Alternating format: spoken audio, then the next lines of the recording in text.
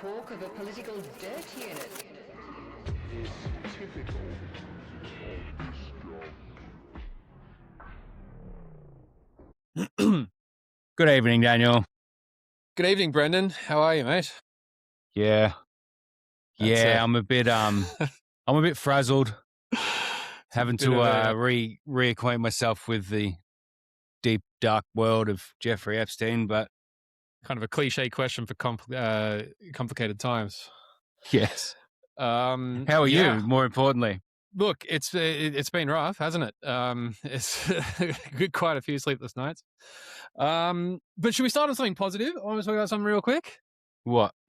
I want to talk about the Super Bowl halftime performance. Which one? That's a good question. Bad Bunnies, Benito, whatever his name is. Did you see it? No, I didn't actually see it. I just saw brief highlights of the alternative Kid Rock Turning Point USA halftime show, and I was like, "What the fuck is going on here?" Okay, that's it. I'm pleased to talk about it then, because I think it's actually quite significant. A lot of the conservative commentators were saying, this was a middle finger to conservative America, and the thing is, they're right. They're absolutely right. Well, they're half right. It was two middle fingers right in their face on like the biggest stage in the world, and I think it's actually really significant. And I think it matters a lot because, you can say, oh, it's this commercial thing. It's just, it's like, this big money making machine. And that's kind of the point. It's like, yes, that's a massive commercial enterprise. And yes, they did this, but that wasn't like, a timid little half step. That was a full throated fuck you to an administration which is clearly intent on demonizing everyone on that continent that's not from the United States. Is that because he did it all in Spanish or whatever? I'm talking more specifically about the end. Right. You really should watch it. I mean, it's a joyful... I haven't watched it, so I don't know. It's an incredible piece of art just on its own, like for starters, like, the dancing, the music and all that. It was really bright and vibrant. It was lovely. But it was also a piece of history, as in like they told the history of Puerto Rico and all of this stuff, where they come from, their culture and all that. Okay, so he's Puerto Rican, is he? Yeah, he's Puerto Rican. Right, so when everyone's getting pissed off for this speaking Spanish, it's not because he's like an immigrant. He's an American. No, I mean, that's American. obviously... He's from Puerto Rico. Yeah. He's proudly Puerto Rican. And Puerto Rico is a protectorate of America, so he is an American citizen. Yeah, even though Trump apparently doesn't know. No. I saw something where he made some tweet at some point where he's like, just had to sit down with the president of Puerto Rico in the Virgin Islands. No, you are the president of Puerto Rico. That's the stupidest level of it, where they're going, oh, to Spanish, like, it's music, mate. You just fucking dance. It doesn't matter. Exactly. Like, it's not really the point. But then the penultimate song, he comes out and he goes, God bless America. God bless Argentina, Chile, Brazil, Peru, Paraguay, Uruguay. Then he lists all of the countries in the Americas. And he goes from south to north. He goes, Mexico, United States, Canada. And the way he said it was honestly one of the strongest fuck yous that I think we've seen in like a long time, and I think that's what's needed. And this is why it sounds silly to talk about pop culture, but I think this is significant because one of the ways that the right has managed to have so much success is by claiming that strong thing, by calling the left and the liberals weak, and we've played into that sort of effeminate, oh no, don't be racist, don't it's a weak versus strong thing. If you spend time talking to right wingers, you'll find that that's actually what's motivating a lot of their dislike or their contempt for the left, for liberals. Yeah. It's because they're seen as weak. And this guy comes out and there was just no weakness whatsoever. It was joyful, extremely joyful.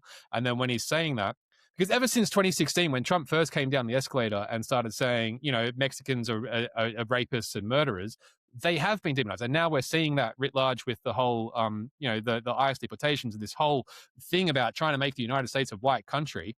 And everyone's sort of been tiptoeing around it. And then this guy who, he's just a singer from Puerto Rico, comes out and goes, you know what? fuck you. We are all American. We love America. We're proud of who we are. You're allowed to be proud of who you are. Don't do it on an exclusionary basis. We're all here on this continent. If people are moving countries around, it's probably because you've been going around destabilizing any government that you don't like for the last 50 years. You guys are the ones who are fucking it all up. Stop being fucking little bitches and come and, we're here to party. They had this beautiful message, love Trump's hate and all that. Well, the only thing more powerful than hate is love, I think it was. And it was just such a joyous thing. And I'm not the first one to say this, but like when the story of the culture wars are told, that will be marked as a turning point, because that was when a lot of conservatives looked at it and go, okay, yeah, that was actually pretty fucking sick. And anyone who complained about it, in particular, Turning Point USA, which is Charlie Kirk's thing, was made to look like a whiny little bitch. And that's the thing; they are whiny little bitches. Yeah, they're the whiniest little bitches Charlie Kirk was. Ben Shapiro, Nick Fuentes, Stephen Miller, fucking all these little people. They're all just like, shut the fuck up. All they do is whine. Literally. Everything is every problem is everyone else's fault. And we've somehow let them get the monopoly on the idea that they're the cool, tough, strong, masculine guys. And then what we needed was this Puerto Rican guy to come out and say, no, man, we're here. I've got all of these beautiful women here. They had an actual marriage as well, which was kind of cool. And I think that's how we win, is what I'm trying to say. That's how we win. It's not by saying, it's not holding hands in kumbaya. It's loudly and proudly saying, we're here. We're very happy with who we are. If you've got a problem, fuck you. We've got shit to do. We're not interested in playing your games anymore. The way he did it was just incredibly cool. And because it was on such a big commercial stage, I think that makes it culturally significant. And it was just fun to watch as a piece of art, like as a performance. How did Green Day go? Wasn't Green Day playing as well? They get a bit. I think they played the pre-show performance. Okay. And I didn't watch it. Green Day were my band growing up, but I sort of stopped paying attention around about American Idiot. So, but good on them. They were mildly political as well. But that's the thing. That is a bit more sort of. It's like it's not the same. This guy did it with a pride, and I think that's the thing. There was an unashamed strength in his pride and his joy. Which I think to just more go powerful. out and just like if do Green the Day whole got halftime show in Spanish. I mean, it's pretty good. Yeah. I mean, that was the thing. But that's not really the most significant part. Like if Green Day got up there and done their fuck you MAGA agenda thing, it wouldn't have been as powerful. But what I think is significant is that the NFL is a multi-billion-dollar franchise. It's one of the cornerstones of American culture, and they made a choice. Like those people, because there's been a lot of capitulation in the American corporate sphere from Microsoft and Amazon and Facebook and all this. They've all sort of bent the knee to Trump. And this was one of the major cornerstones of American, not just corporate culture, but cultural culture. You know what I mean? Coming out and they picked a side. Like it's a time for sides. You're either pro ICE or you're anti ICE. And these guys took someone who came out at the Grammys and said, ICE out or whatever, put him on the stage, and they clearly picked a side, and they picked a winning side, and they seem to have won. And I just think that matters. That is how that's the path to victory. It's through loudly and strongly displaying joy and pride, and making them out to be the whiny little bitches that they are. Just don't use your platform to claim that you're on stolen land, or Drew Pavlo might fly to your house and try and squat on it. Yeah, I never really loved that argument. Like, well, yeah, okay, it doesn't really. I don't think it's a strong way to do it. It's not the fucking weakest piss way to do it, right? Yeah, I mean, it's all yeah, okay, sure, whatever. But hey, yeah, I mean, I guess that's kind of the point, right? Yeah, so look, we're going to talk about a lot of dark stuff. So I wanted to start on that note, because I think that's a really positive thing. Work our way backwards. Yeah, I put it at the end of my article as well. I don't know if anyone no one seems to have noticed yet, but I thought that was a nice, joyous and I haven't even got to the end yet. Go out on. But yeah, let's talk about that. So we're gonna. So most of this episode will be going over the contents of your article from the stuff that you've pulled.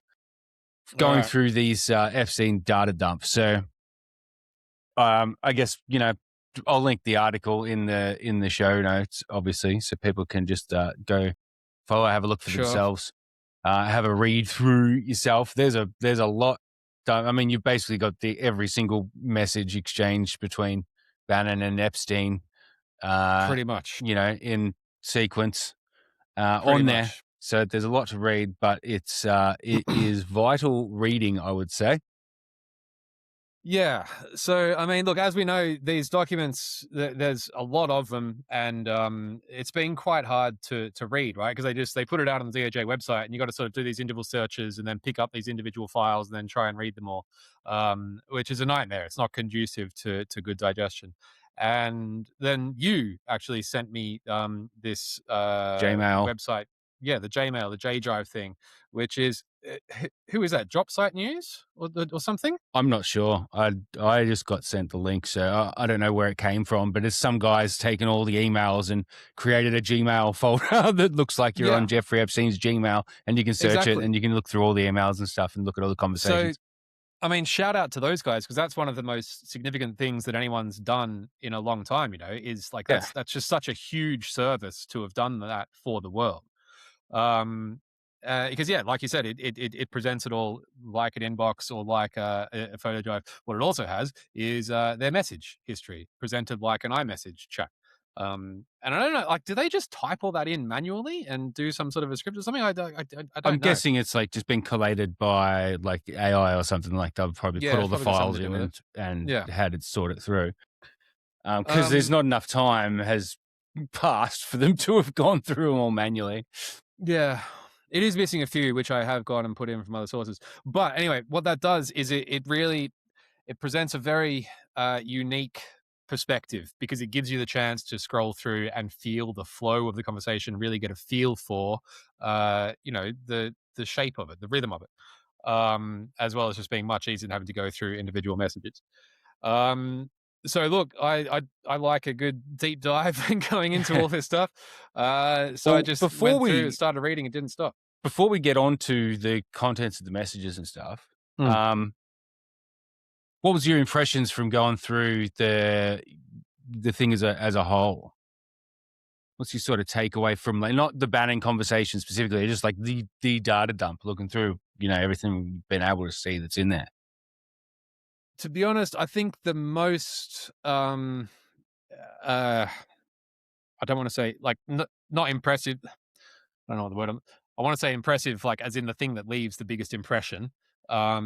Was the journals of one of the girls who they were apparently keeping for surrogacy purposes, Mm. breeding purposes. Was that The it was like written in surrogacy code is and then putting it's like the sort of translated version as well? Yeah. yes.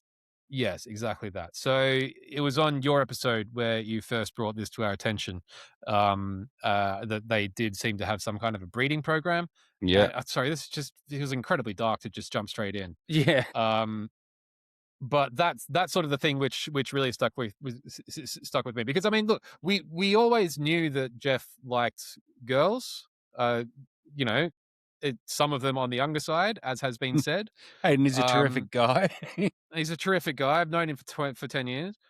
So that's not really new, you know. It's still shocking to have it confirmed in writing. Although I don't think there's really much there that has been. If it, like they talk about girls, like it's not there was mention of a 9-year-old. Look, it's all really fucking Wasn't really a mention of a 9-year-old. That was just like before that 9 on that where it says 9 years old, there's like an equals sign and like another like so it's a a column formatting or a thing. slash. It's a formatting error. It Okay, says right. 19 in the original. Oh right, okay. So see, here we go. This is what I'm saying. Like, there's not that much in there that we didn't already get. Like, there's a few more names, and yeah, we know that Howard Lutnick was lying about him, not having contact with him again. But there's nothing really too much that we didn't already know in there, except for the confirmation of this fucking breeding program. Yeah. Well, I Thanks to mean, this and all girl's journal. I feel like this data dump has confirmed a lot of things that I suspected, even things that, you know, I thought were a bit too crazy to even like put out there in the Epstein episodes that we've done. With regards to what? I mean, the Zorro Ranch stuff, The breeding, the Bannon stuff, it's this is all stuff So that my like question is more- seemed like it was the case, and it turns out it is. You know, yeah, but is it stuff about the sex trafficking or stuff about the political influence? all like it just all. I'm saying Okay. it's kind of hard to say what was new in these emails because I can't remember. I like feel like I already thought a lot of this stuff anyway, and I don't know if it's because I already knew it from evidence we had before. Or, you know what I mean? It's hard to say what's new or what's not. But Yeah. my impression from going through all this shit, which I've been painstakingly doing over the last few weeks, is that I mean, this is just a distraction. Like, why have they included all the tip-offs, you know, amongst legitimate information? It's like this is just designed to not have anything really specifically criminal in there, but dangle enough carrots in enough fucking directions to keep people busy until they've fucking hidden all the juicy shit and they can release another bunch of bullshit. Basically, that's my impression of this document release. And you think that was deliberate? Yeah, 100%. But if they were ordered to release it all, then they just had to release it all anyway, didn't they? Yeah, and they didn't. They released half of it a true. month after the deadline. Yeah. You know, and that's clearly like, this is just like, here, this should keep you busy while we figure out how to fucking hide the rest of it, you know? Yeah. It's very funny that now that we have millions of emails and we know what sex trafficking looks like, it's funny to think back on Pizzagate where they had hundreds and thousands of Podesta's emails, and the closest they got was a realtor talking about a square cloth handkerchief. And yeah. they made a whole fucking thing out of that. And now here we are with this, and they're taking victory laps. They're saying, yeah, we were right. No, mate, you weren't right. The billionaire pedophile protectors lied to you. That was a lie that they told so that you would give them power, and they did it. You're still believing these people throwing just doing what they do and just, you know, what do I call it? I had a word for it I used to use all the time. I forget what it is, but you know, projection, distracting, projecting, yeah. The old switch throw. That's the one. Yeah, and it's a wild fucking conspiracy, but by projecting it onto their political opponents, when the shit that they're fucking doing themselves comes out, the water is already so muddied. And I've been through, you know, I've searched pizza on the fucking database and gone through it all. And I'm pretty sure they're just talking about pizza in the Epstein emails too. Because there is accompanying photos of pizza, the pizza the person's eating that they're referring to in the message. Like it's not code. Pizza and grape soda. It's a fucking combo that they seem to like for some reason. Like I think that's a like an in joke between specifically Epstein and one other dude, is like a nerdy like fucking computer scientist. And that's like obviously a thing that they just joke to each other about, and it is accompanied by pictures of grape soda and pizza. And can I make another thing clear that I've heard a lot it's like a meme now. It's like, oh, pizza and grape soda again. There was no mention of grape soda in the Podesta emails. That's not a fucking thing. This has not happened before. This is not a thing that's happening again. This is a completely made up fucking thing based on something that it isn't. And there's so much more like real shit that you can find in here that is actually something than to make up, you know, fake codes and tie it to. And also, you know who else is not featured in Epstein's in any of the 3.5 million files is John Podesta. Yeah.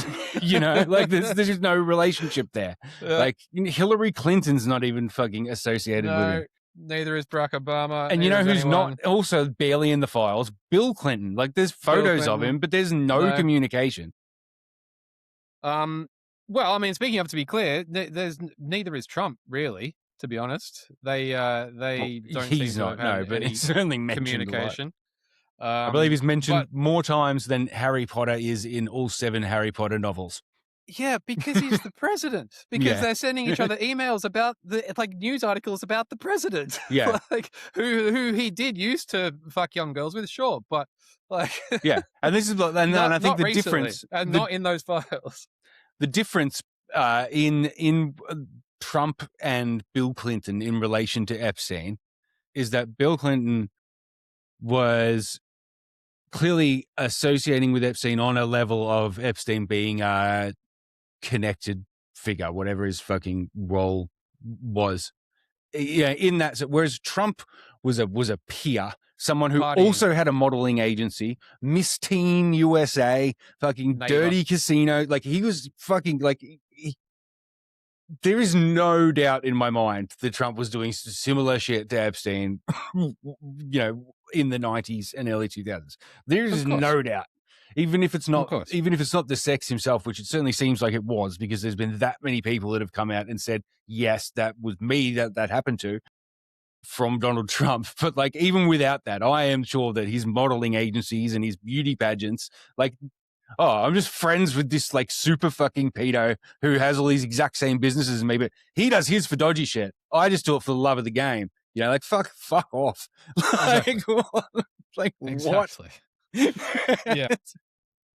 And that's the other point I want to take is none of these emails go back really until like there is a small amount that is pre 2008 conviction. And oh, right, yeah.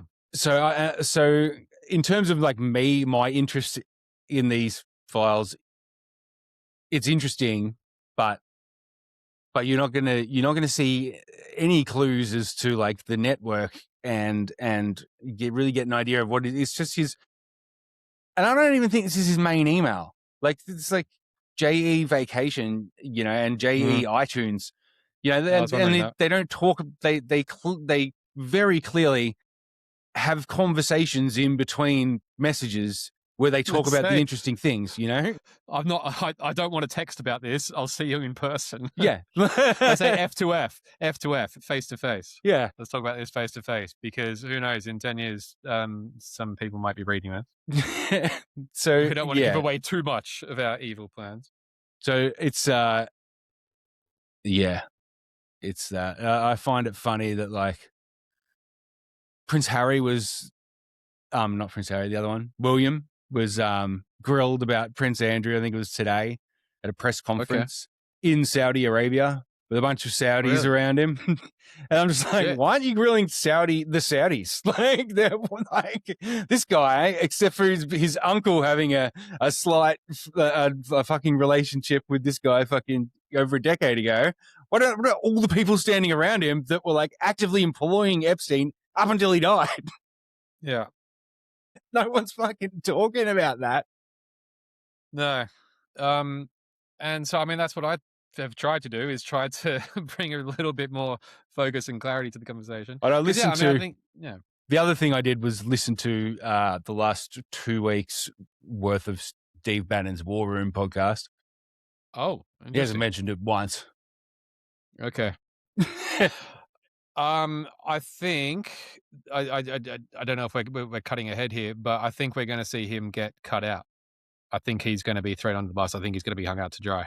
And the implications of that are going to be pretty severe. I'm already seeing people like Elon Musk and people like Cat Turd starting to say Bannon's a sleazebag. Musk's sort of been saying that for ages.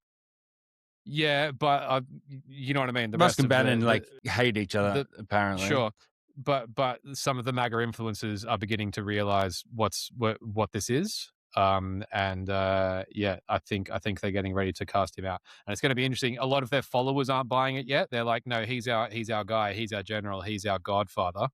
So it's going to take a lot more than that to make me give up on him. But I think, I think that's where it's heading. I'll buy into that the day Nick Fuentes turns around and sets his sight on Steve Bannon. But until that happens, I'm still pretty. I think he may have. I think that might be one of the people I'm referring to. Okay, that would be. But anyway, yeah, that's sort of what I'm. That's where I'm going.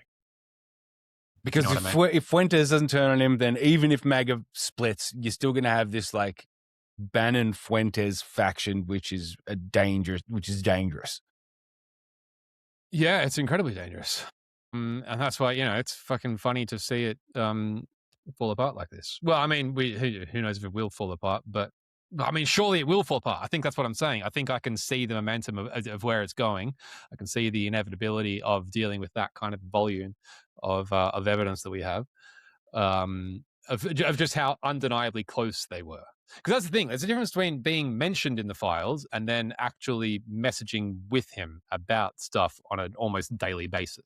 The only redeeming thing, I don't want to appear to be sticking up for Bannon, but the only redeeming thing there is that it does appear their relationship did not start until 2017. Yeah, that's almost a relief, huh?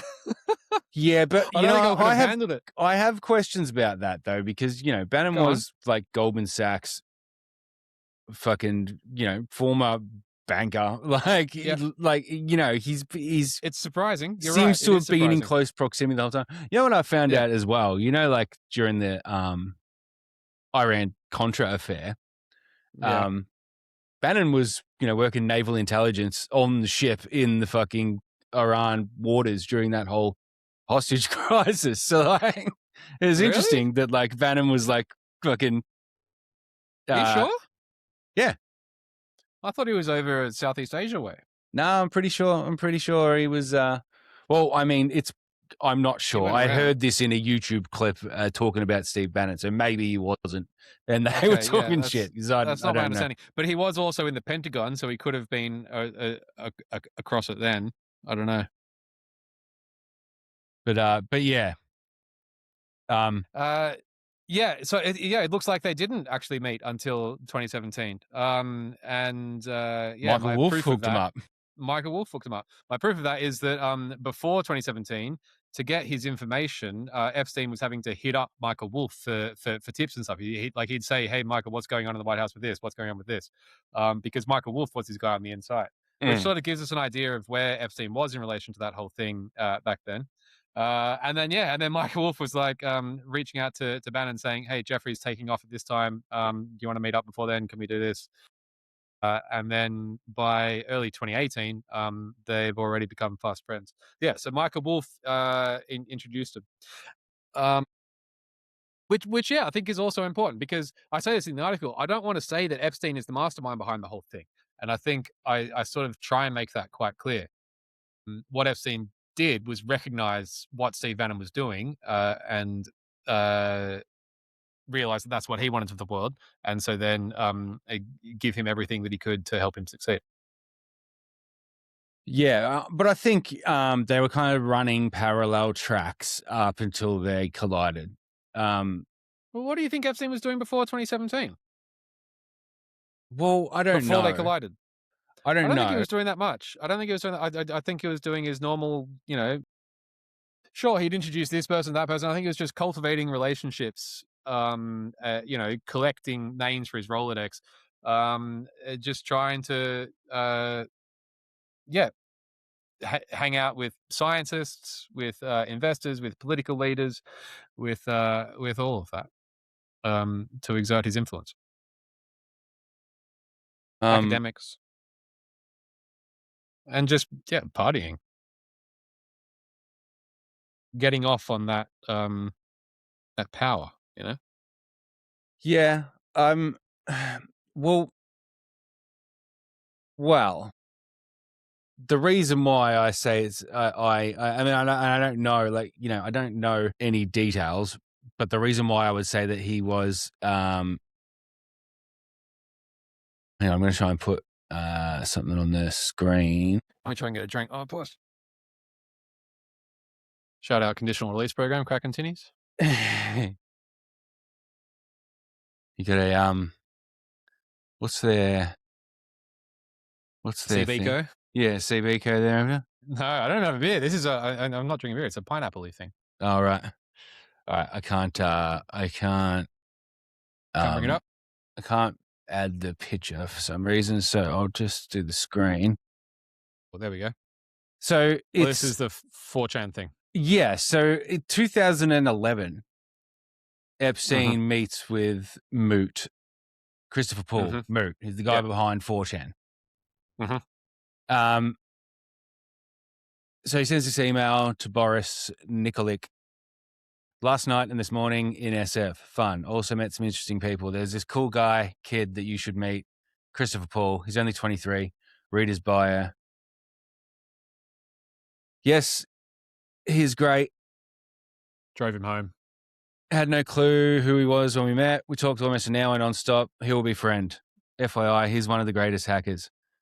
F scene again. I liked Moot a lot. I drove him home. He's very bright.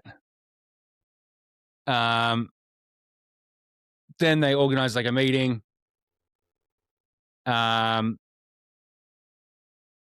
Oh, sorry, that was this. So it was like him saying, yeah, I like Mood a lot. October 24th, 2011, talking about the day before. I like Mood a lot. I drove him home. He's very bright. October 23rd, that day, Moot went and created the poll channel on 4chan. So that tells me that, well, I mean, he has to have, clearly that came from the conversation with Epstein. Like, was he going to just, like, it has to have, right? Like, you can't, what, he's going to spends the day with this guy, drives him home, they get this big conversation, can really hit it off, goes home, he creates poll. I see how it looks that way. You're not wrong. I don't know. It doesn't seem. I'm not completely sold. I think what you're saying is fine. I think there are people who are making a much bigger deal out of this than it is. I think it is plausible to suggest that Epstein could have talked to him about this. It just, I mean, maybe you are all right, and I am understating it.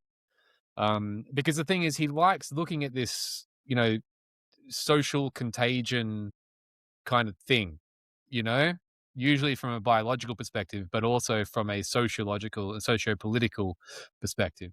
There's a picture of him and Bannon in a room at Harvard, for example. Have you seen that one? Maybe. They're just sitting in a room with a half a dozen other scientists and academics. And I think that the topic that they're discussing is this idea of social contagion, which is obviously something that Bannon has incorporated into his methodology. I just haven't seen any evidence of Epstein really talking about anything like that anywhere else. But he What I mean? This doesn't does, seem to be his thing. but From what he I've did, seen. and I'm working off memory here, but I'm pretty sure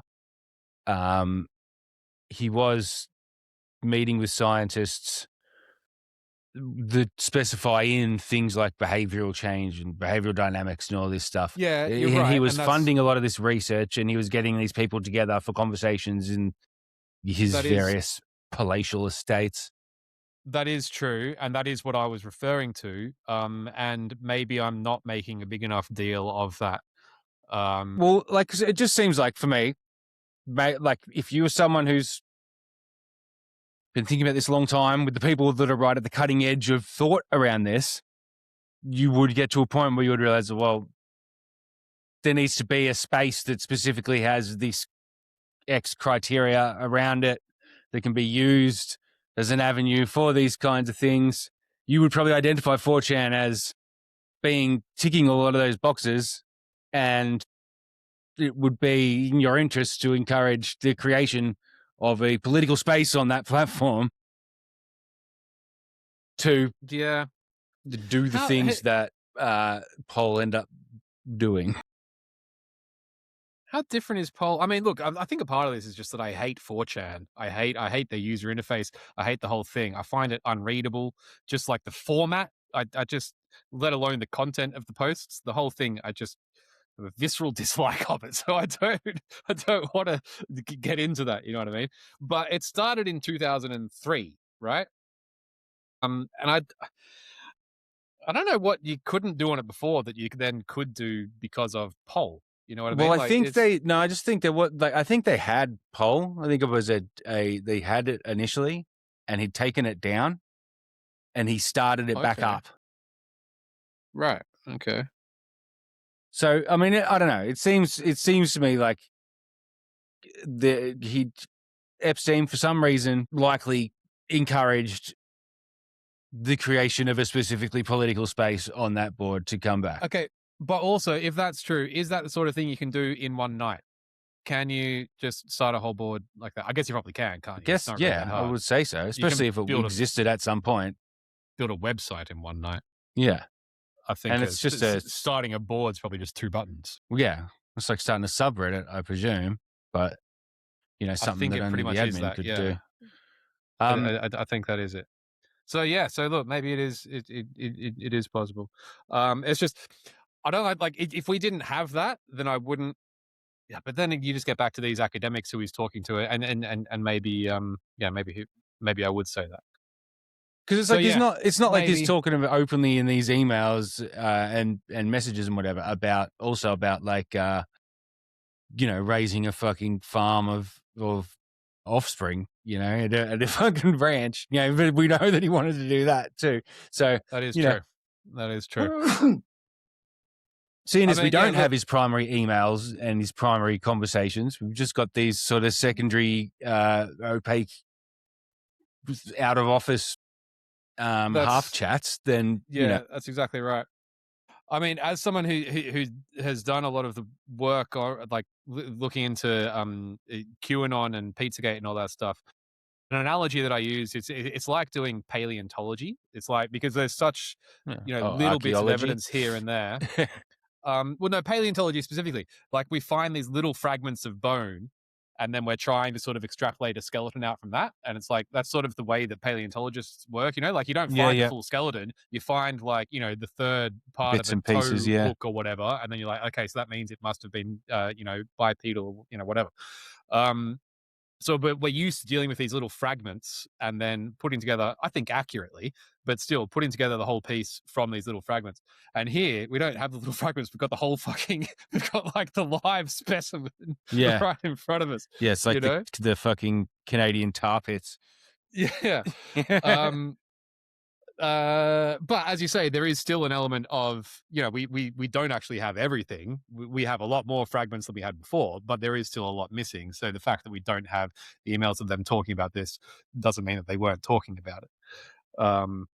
It is interesting. I think people go too far when they're like Epstein was behind QAnon and Pizzagate, which I don't think. I mean, I didn't see any of that from when I was looking into that stuff. He may have been. He may have helped encourage Moose to create the poll board. Sure. Yes. Yeah.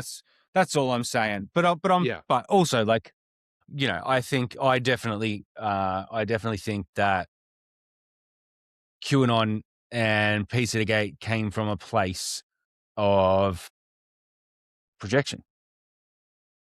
This is the pattern that stands out to me the most. Looking at all this shit, specifically around like the things with Bannon's fingerprints on it, and even the wildest shit has turned out to be a projection of some shit that they were doing, whether it's serving the purpose of getting in front of it and muddying the waters, and which I think is most likely what happened with QAnon. I think there's a lot bad there to come out, and probably playing on the knowledge that people do all they can not to let all the information out.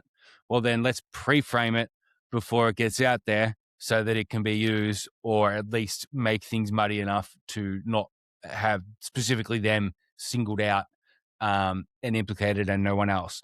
And this has played out with, I mean, all I'm saying is they should probably recount some of the fucking swing states that Trump won the election in, considering all the vast amount of election fraud talk at their opposition in the 4 years beforehand. I mean, it couldn't hurt to check. That's all I'm saying. Yeah, I mean, it's a good point. And I think you could well be onto something with the election fraud. I see what you're saying, and I don't think it's unreasonable. The impression that I get is that the projection of the Pizzagate stuff that sounds crazy, but it feels more like a coincidence. It feels like they weren't necessarily projecting theirs. They were just trying to accuse their enemies of the worst things possible, whatever they could, just grasping whatever straws they could to accuse them of the most heinous thing possible. And then they just happened to also be guilty of that same thing. You know what I mean? It wasn't necessarily supposed to be a deflection. And maybe this is a distinction without difference. I don't know. Well, I think you're probably right for Pizzagate, but I would say QAnon definitely. And there's connecting tissue there that is QAnon not just drew on a lot of, like, it wasn't something, but QAnon wasn't so much focused on the child trafficking stuff. That's just part of their pre-existing law. You know what I mean? QAnon was more about this team of white hats in control. You know, which we've established was the team of white hats, probably Epstein's clique. You know, like the Western Goals people. I wouldn't say it was directly. I mean, the white hats were Flynn and Pashanik and which is the Flynn. Same year QAnon was started, wins the fucking Major General Singlab Award. You know, like and you're calling those Epstein's people. If they were Epstein's people, I feel like they were more just people who Epstein was sort of trying to hang on with.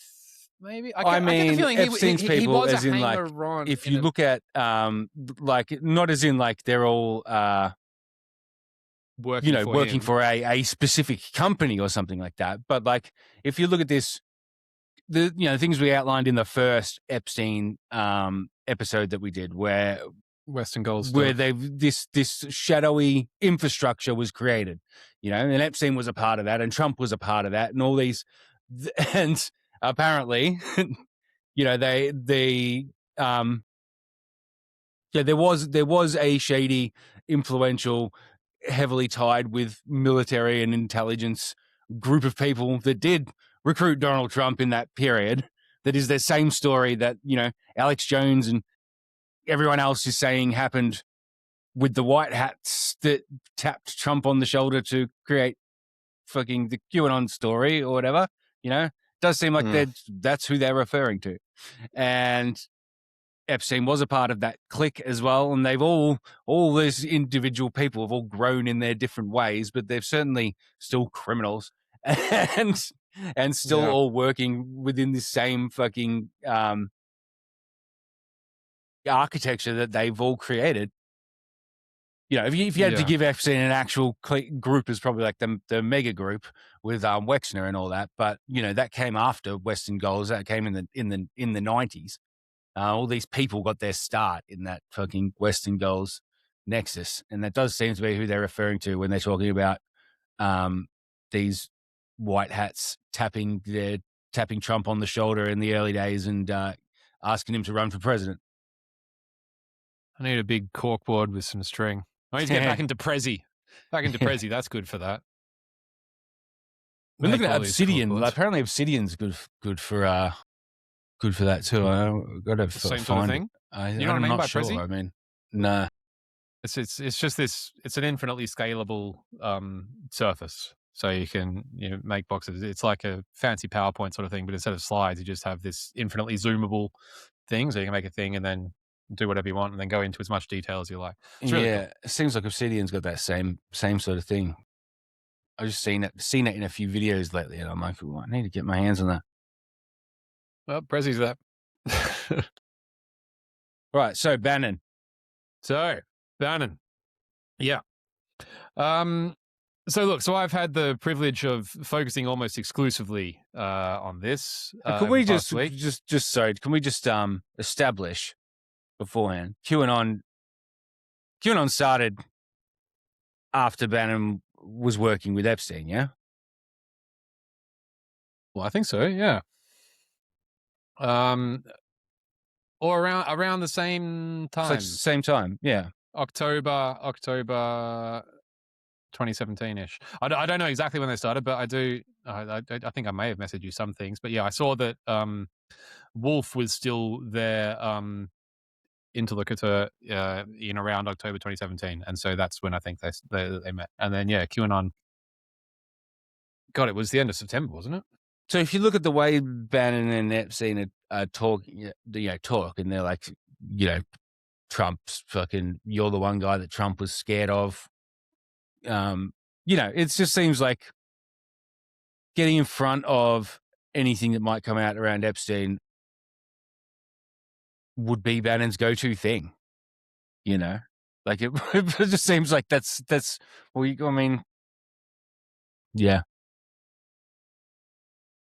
Just exactly what he would do. We need Bannon's phone. I know. Oh man, the amount of times I'm like, fuck, why can't we just get Bannon's fucking emails?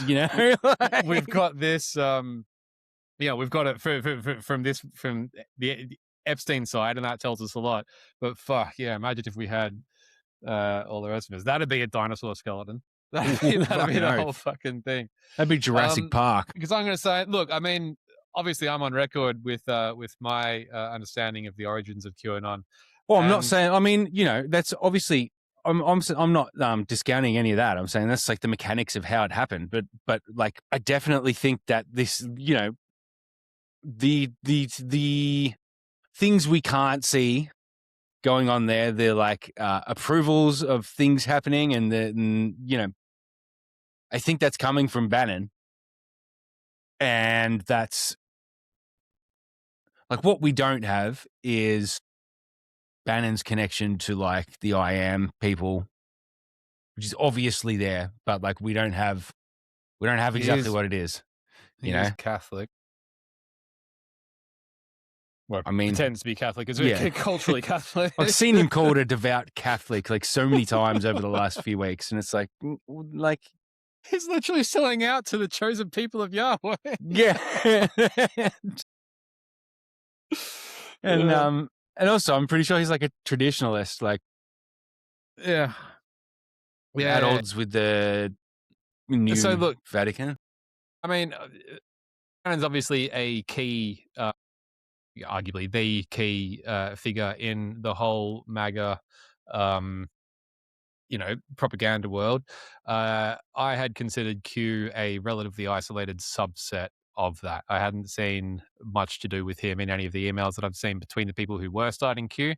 If he was in the background as a sort of, a silent partner, executive producer kind of thing, I could see that making sense. I imagine that, like, I've got the story of Defango and all of that, and that seems to make sense without any input from Bannon beyond what he does at the high levels. You're right, but when they started Q, they like you said, they weren't talking about child trafficking. Yeah, it was a deflection from the Russian investigation. Really, the Mueller report was being released, and Manafort and Gates had been indicted, and they needed to fucking kick up some stuff, which is, like he wrote the textbook for them, sure. I'm saying that's got. I mean, it seems like Bannon has to be the connect. Like Bannon has to be how QAnon got mainstreamed through like the Atlas infrastructure. Yeah, like possibly.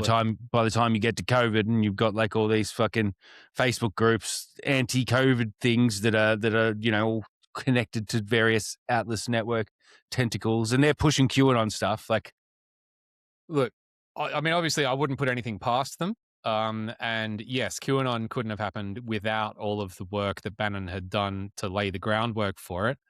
I haven't seen him involved on the ground level with anything to do with that from where I'm standing, which is pretty close. But then also you've got like Bannon on the board of Cambridge Analytica, Flynn on the board of Cambridge Analytica. Yeah. Well, okay. That's that's true. And Cambridge Analytica did sign a memorandum of understanding with Psy Group. Yeah. So there is that, certainly. And then the whole thing where like Flynn went down in the Russia stuff, wasn't allowed to talk publicly about the same time that QAnon, this anonymous QAnon starts posting about the investigation that he's implicated in. And then also you don't see any of Flynn in there, in the emails and stuff. So there has to have been, the way that it just all played out, like there has to have been silent partners, shall we say, in the whole thing that we can't see. And that's probably who they are. Yeah. Look, I mean, maybe they did, maybe they didn't. I don't think it really changes much either way about our understanding. It's sort of certainly the thing they could have done, certainly the thing that they would have done. It could have happened with or without them directly. But yeah, they're obviously doing the whole thing anyway, so it doesn't really change much of the No, of the it equation. doesn't. Either way, we're exactly where we are right now. Exactly. And the same can be said for a lot of the messages between Bannon and Epstein, right? Like, well, this is exactly what we've been saying the whole long. Bannon is the driving force behind the global far right shift. We knew that already. People have been sounding the alarm. If you'd asked anyone who's behind it, they would have told you Bannon, and they probably would have told you that even if you hadn't asked, depending on the part of the night that you're up to. And so it's just hilarious to have it so explicitly spelled out in these text messages. It's been funny reading through them. Like, that's at least been a little bit of a light. Just going, I can't believe we have this. They wrote this down. Just so explicit and direct. Yeah. So how should we do this? Should we go through some of it or what? Yeah, just I guess give us your highlights, I suppose. Okay. So I mean, I think this really is the most important. Oh, I've gone full screen there. This really is the key point, which people don't seem to miss to be recognizing. Like, there's all this talk about, this person's in the Epstein files, this person's in the Epstein files, this email looks a bit dodgy, this email looks a bit dodgy. He's mentioned this person. But there is one person who stands out far and above anyone else. Like I said before, and he's not just mentioned; he's directly messaging with this person on an almost daily basis. And Epstein's offering him everything. Like, it's the sort of, you look at him and go, "Fuck, I wouldn't mind a friend like that." Like, he's offering him private jets. Yeah, use my properties whenever you want. Like, you can stay at the island with your girl. You can stay in my Paris apartment with all your boys. Wherever you are, I'll send a jet to come and pick you up so that you can come and meet this guy Miro. You want massages? Actually, you got to get your own massages. He says that massages aren't included on this plane. You got to pay for your own massages. Meals, breakfasts, cheesy omelets, doctors, health advice. Like I said, lots of introductions to world leaders at various levels, media coaching, strategy advice, and just literally anything else that he can think of that might help Steve achieve his vision. And that's what really is the key. It just shows you the intention. They're not doing it like, it's not that any of that is illegal per se. That's not the argument that I'm making. The argument is that that Jeff looked at Steve, at what Steve was doing, and said, yes, that's what I want. So this is the guy who I'm going to help achieve, because he is the one who I think has the best chance of making the world the way that Jeffrey Epstein, the child trafficker, wants. You know what I mean? And that's what we're seeing on the thing. And so yes, and that is obviously Steve Bannon. And so I was thinking about the way to frame this, whether I start by saying that, the principal architect of the MAGA movement and the whole global far right thing was working with the most evil person in the world, or whether I start by saying the most evil person in the world was helping the architects of the MAGA movement and the whole global far right thing. And I ended up going with the most evil person in the world was using Steve Bannon to achieve his political vision, because that's the story of the week. That's where everyone's focus is. Epstein's the story, and it's like, hey, so you've heard about this Epstein guy? Guess who his number one dude was? It's Steve Bannon, because we have 3,000 of their messages. So it's a question it's of, got to be. This has got to be Trump getting one over on Bannon, to have all Bannon's, like, their whole conversation and their, like, iMessages released in this drop. Maybe. Because I haven't seen another full conversation. No. I mean, in Trump's defense, he's not the one who introduced Bannon and Epstein. They did that on their own. I'm saying. He's probably, but with the release, you mean? Yeah, he's probably as in he's pissed that Bannon and Epstein were friends. He probably gave the approval for that entire conversation to get out there. I did think about that. I did think how weird it is It that is weird. Yeah. we have so many of those and we have so few of the other ones. And obviously I've interpreted that as well. He was in daily contact, and I think there is a difference in the nature of the messages. You can tell that there's a familiarity there, which is missing from the other messages. It's not just the volume and the quantity. You can see him actually be quite curt with a lot of other people. They're trying to give him things, and he's like, "No, I'm not interested. No, I'm not doing that." And then with Bannon, it's like, "Oh, here you go. Do you want to play?" No, no, no, no. So there is that difference. But yeah, whether that's calculated and strategic on part of Trump or someone in the Trump administration, I think that's perfectly legitimate. And I think that's what that's what I was saying before, when we're seeing signs that he is going to get thrown under the bus after this. And then the question is, okay, well then what happens to the MAGA movement? Because he says in the messages, I am the center of this movement. Epstein's trying to get him to go easy on Jared Kushner. He's like, please, can you stop beating up on Jared Kushner? Like, it's embarrassing. Like, you're really fucking whopping the floor with him. And so he's like, well, I give a fuck. I don't give a shit. He's like, yeah, I know, but it's like child abuse. Can you not? I just got that child abuse thing. Fuck. I'm pretty sure that is actually what they say. That's a funny thing. It's like child abuse, so I'm into it, but don't do it.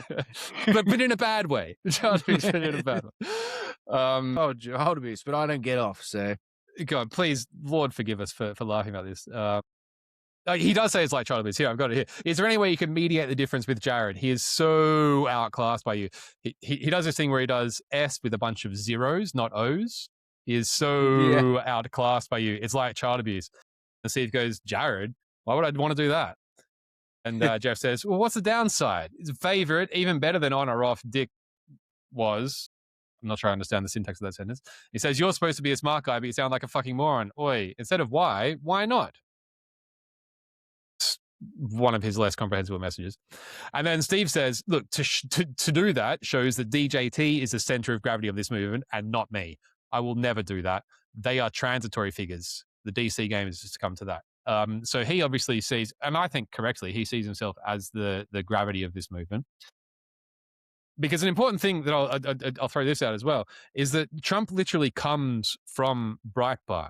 He was getting his early political information from Breitbart. That is the foundation of his whole ideology, is Bannon's Breitbart. So Bannon starts Breitbart, Trump reads it, becomes who he is politically, runs president, and then Bannon goes, yoink, that's my guy.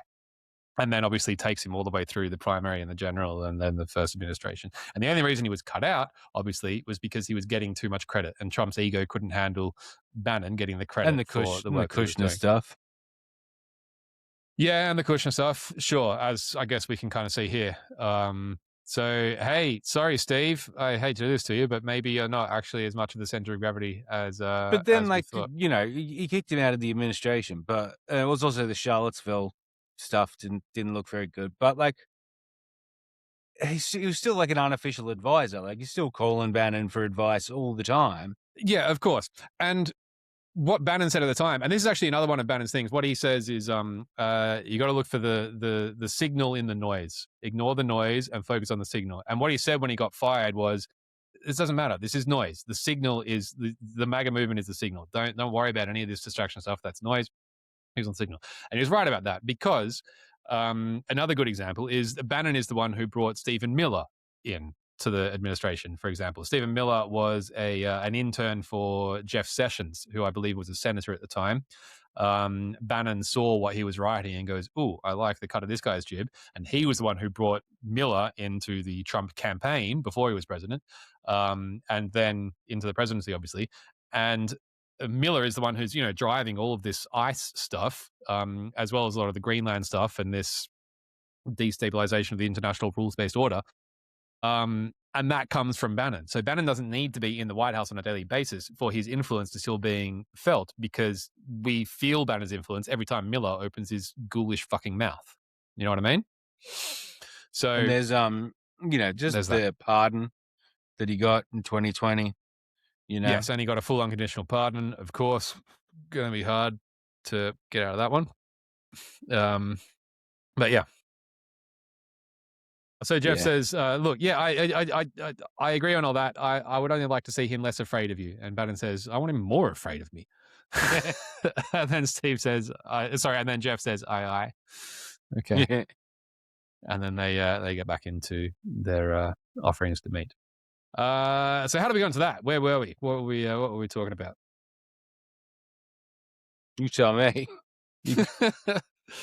Okay, well, yeah. So it's just their whole correspondence, right? So as we said, starts in 2017 after being introduced by Michael Wolff of all people, which is kind of hilarious because he's like kind of a liberal-ish guy. Like those books that he wrote about the Trump administration were pretty legit. Like, Yeah. I mean, I didn't actually read them, but the impression I got was they were very candid. I did. And I read a quite couple of them. Fire and Fury. Hmm. Yeah, so that was mostly Bannon quotes, wasn't it? It was about Bannon, yeah. Right. Yeah, it was pretty much about Bannon. Yeah. Yeah. And then there was another one as well. What was the second one? Can you remember? I think, well, anyway, that was the one we started talking about Epstein and underage prostitutes and more to do with that sort of stuff. And that's a funny little passage in our chat logs here as well. They're like, "Oh, fuck, have you seen Wolf's new book?" He's like, "No, what about it?" He's like, "He's talking about me and underage prostitutes." And a lot of quotes from you, and he's like, "Ugh." Like, yeah. I think I did see that one, yeah. Jesus Christ. I was saying in the article, I just think it's funny. There's just so few times in the world where something like that would have happened, where like this person introduces us now written a book about the most powerfully famous person in the world. Yeah. It was great to see, but I still don't really trust Michael Wolff. No, I don't trust him at all. He's obviously so friends because he's weird. helping Epstein to like with his PR stuff. Yeah. And he just gets he's on the daily, he's got like his own Daily Beast podcast now. Or he's like a regular co-host. Right. And ever since, I don't know, it was just weird how he came out with the bombshell of like Epstein being his source on Trump for some of his early books. Yes. And then real estate dealings and whatnot. Yeah, but then he said that like the night before the election or whatever, and I was like too late for it to make a fucking impact. Like really weirdly timed. Yeah, like, I remember that. Like, yeah, I did it before the election, but like so close that it's inconsequential, and it just got lost in the noise of the election. And then whenever he's like asked about like Epstein, he's just really sheepish and really calculated with what he says, and it's like and also he's got like. Something like 300 hours of recordings of conversations with Epstein, something ridiculous. Yeah. And he's never released them. He reckons he's offered it to some media outlets and they're not interested. Okay, we'll just put them up then. Yeah. Yeah. Yeah, we said this at the time of the election, didn't we? But fuck that guy. Yeah. That was before we knew that he was introducing Lucifer to the devil, as it were. Yeah. Yeah, so I mean, I don't know how to do this without going through and just like reading them out. But that's another funny point is the Lucifer thing. So Lucifer is literally Epstein's nickname for Bannon. He calls him Lucifer or Beelzebub from time to time. I thought that was him referring to himself as Beelzebub.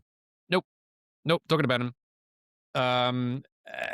And so yeah, for all those people who talk about the satanic elite, well there you go, that's literally the satanic elite. Oh, and the shadowy cabals, they talk about you can come to my apartment, come around the back under the cover of darkness. It's like, so it's literally a fucking shadowy cabal of satanic billionaire pedophile elites, for fuck's sake.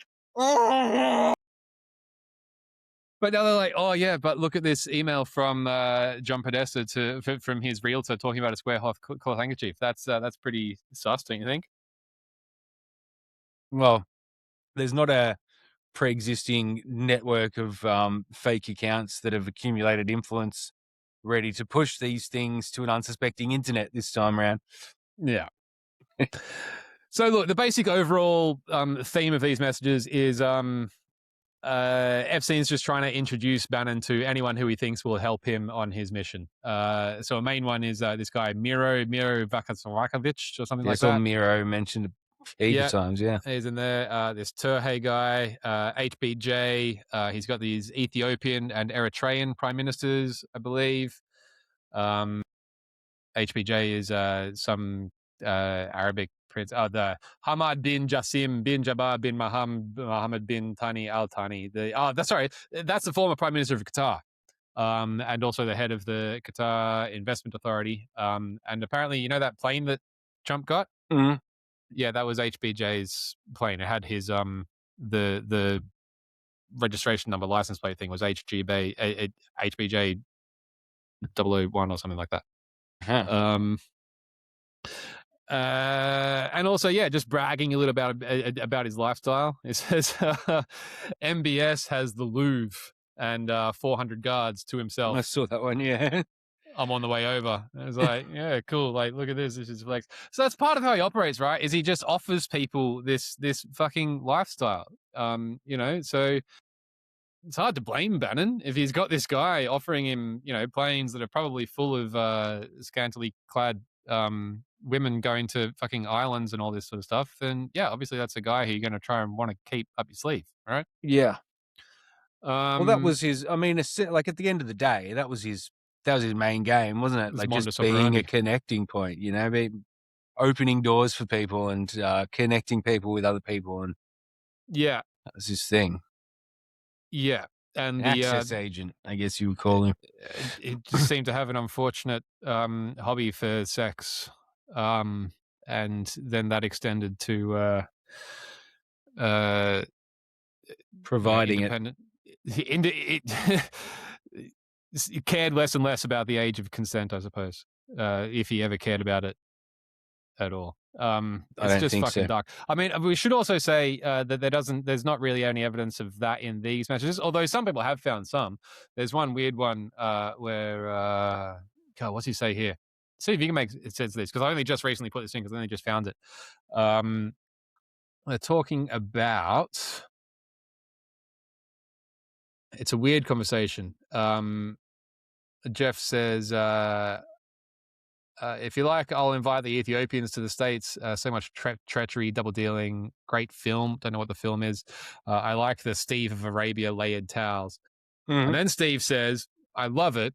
Can I get a couple of the really pretty girls that they shoot afterwards? And then Jeff says, next time you'll go with me, a totally different, life-changing experience. When the aforementioned arrive, they immediately kiss your feet. In our case, it will mean lowering at least one pants leg to meet the other. And Steve says, don't know if I can handle the style change. Jeff says, if you don't, they will stare with the attention of a chicken looking at a stick and will try to dissect its hidden meaning. Not worth it. Do you think Tuesday lunch impossibility in Paris? I have no dog in the fight, only bagels. And Bannon says yes. So I don't get that. I don't understand what they're actually talking about. It seems to be vaguely at least blowjob related, but like lowering at least one pants leg to meet the other. What do you mean, like meet the other? What is one pants leg already down? I don't get it. Yeah. I don't know. It kind of like, if these were my emails or my like Facebook Messenger accounts, there'd be a lot of shit like that, because I have a real deadpan fucking, like, I love to just go with the bit and not and not see how far you can take it. So you probably read through my messages and see a lot of shit like that. But like, obviously it's not. Yeah, it's just banter. The point of saying it is because of how it would come across to other people if they were to read the conversation. Yeah, and I think a lot of people are missing that element of it as well. I think a lot of it is just dark jokes. They're not literally talking about what it might look like they're talking about. And I mean, we've seen also just with all their typos and their general fucking laziness, like that could easily be, can I get a couple of pretty girls to shoot afterwards? Like, because I'm making some sort of a film kind of thing and I want some pretty girls. Also, how old are those girls? We don't know. If they're underage, then obviously that's horrific. So it's just hard. But that's sort of as close as it gets to Steve,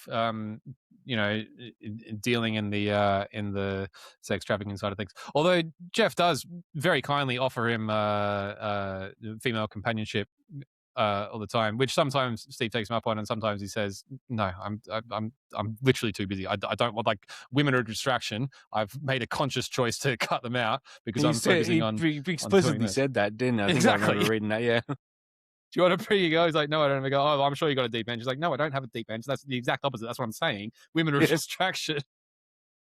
So it's like, you get this is what I'm saying. You get a feel for the flavor of their cut. Like, you get it, you know? So yeah. Obviously, they gossip a lot about Trump as well. It's kind of funny. I make this point. It's hilarious to think that, like, they've gone to all this trouble to put their guy in, and then the guy just turns out to be such a fucking unhinged lunatic. It's like, Yeah. you got to imagine, like, what it feels like for them. And you can see their frustrations. Like, who can we get to listen to this guy? They're like, I don't know. I honestly don't know. And I'm like, well, fuck. But it doesn't matter for them because they want to destroy the world anyway. So if they've got a lunatic, hooray, the Exactly. world's destroyed. Perfect. It's so much easier to knock down a sandcastle than it is to build, you know?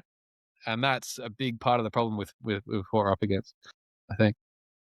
Yeah, so we just get we get this insight into Bannon steadily destabilizing all of the European governments. He talks about taking down Merkel. He talks about taking down Macron. He talks about taking down Theresa May and everyone. And look, maybe he is overstating his influence a little bit here, but I don't think by that much. I think, you know, he knows exactly where where to push to get an outsized effect. You know, like with the Brexit thing, you only need to run a few ads in a few counties at the right time with the right message to influence the right number of people to get over that 50%. You know what I mean?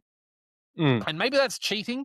That kind of analysis is cheating because obviously you got to do a lot to get to that 50%. But it's also not cheating because that's still happened and that's still how it went. You know what I mean? It really Well, yeah, bothers me I when mean, people say, "Oh, Cambridge Analytica didn't have anything to do." Like, that's just marketing. Cambridge Analytica didn't have anything to do with Brexit. It's like, yes, it did. You're really missing a lot if you ignore that.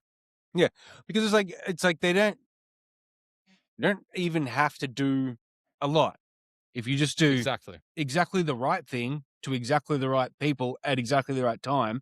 Yeah. That's it. That's all you need.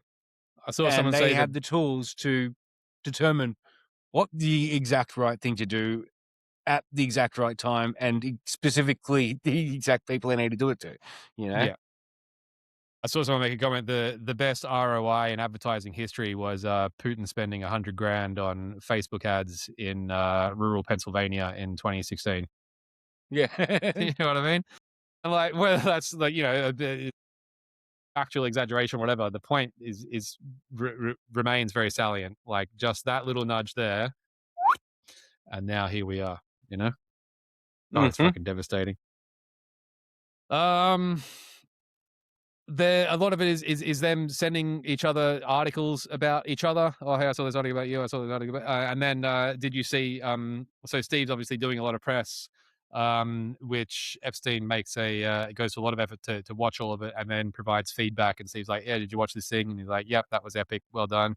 I think you should consider this, camera angle, or try and say this instead of this." So it's really incredible stuff. Incredible stuff. And so did he explicitly state, either of them, what their end goal is? The destruction of the administrative state, Why? so that billionaires can exploit the people and the planet unimpeded, is my only answer. Okay, but you want to know what Steve's answer is? What? Um, I do, so yeah. yeah, I've gone through and I've listened to a lot of his speeches and interviews and stuff. And his thing, he speaks like he's coming from the he's fighting for the American working class, the manufacturing belt, and he thinks that because American manufacturing lost out to China, he has a vendetta against China and these international trade deals, which he feels, or he says he feels, have shortchanged the worker. And I think that is evident in the popularly acknowledged architecture of MAGA. You know, there's all that Rust Belt stuff. There's all those closed factories. That's sort of the bread and butter of where it came from. Obviously, that's a lie. That's not what it was. That's just what they were saying. But that is spiritually where it came from. And that's what Steve says. He says, American manufacturing sold out. We lost our middle class. And the way that I see for us to get that back is by saying, fuck China, fuck the world, fuck this whole international network of trade and capital. We need to focus on economic nationalism, is what he calls it, which means fuck you all with Yeah. tariffs. So again, we see that in the Trump administration now, But even does without but his direct influence. how can Bannon? I know he says that. I've heard him say that. Yep. And you believe him, right? Well, He's no, I believable. don't. But like, Okay, but like, but yeah, he it's seems very convincing. believable. Sure, yeah. Yes. But like, I've seen him also, directly point the finger at Kissinger, because it was Kissinger who facilitated a lot of that, moving the manufacturing base to China. Like, he was the mastermind of that whole move. Great. Kissinger's a great person to point the finger at. Also, I've come across emails in the dumps showing that like Epstein's meeting like fairly regularly with the head of Kissinger and Associates, who is based in China. Yeah, great. At the same time. The head of Kissinger and Associates is a great person to meet with. Yeah. Sorry, are you Like- expecting moral consistency from these people? No, this is what I'm saying. Like, there is Yeah, no I know, moral I know. consistency. Like, this does not compute. Like, you're collaborating with Epstein and he's like the fucking guy for these people. It also seems like he was some kind of official position within the Rothschild nexus. He's probably. copied in on these email chain between all the branches of the Rothschild family. They had like a dispute they're trying to sort out between like using the Rothschild name, and Epstein's CC'd into every one of the emails. It's so funny. Yeah. So look, so what you got to understand is that these people will say and do anything that advances their power. So if it serves Bannon to throw Kissinger under the bus, then he will do that. If it serves Epstein to meet with Kissinger's people, then he will do that. They will do whatever. It doesn't matter. But publicly, at least, Bannon uses the death of American manufacturing as the basis for pretty much all of his campaign. And that's what it's about. It's about immigrants coming and they bring the wages down, I think, somehow. Immigrants push the wages down. So that's why he hates immigrants. And having these global networks of trade and capital, and listening to the War liberal Room podcast all week is like, that's his that's his thing. points that he drills every single day. Yeah. And it's hard. It's hard because he does sound sincere and he obviously believes in this and he puts a lot of work into it. I don't get sincere vibes from him. I get I get a very, very savvy media operative To what end? vibes. Okay, so He's this is actually really good at staying on message. Well, that's what I was saying about signal and noise, right? It doesn't matter about the noise. He's laser focused on the signal, and that I think is arguably his greatest skill. My brother asked me this question this week. He's like, "Okay, like if all this stuff, he doesn't have the same opinion of him as I do, but if he's doing this, then what is it about him that's so different?" And I'm like, "Well, he doesn't care about truth or civility."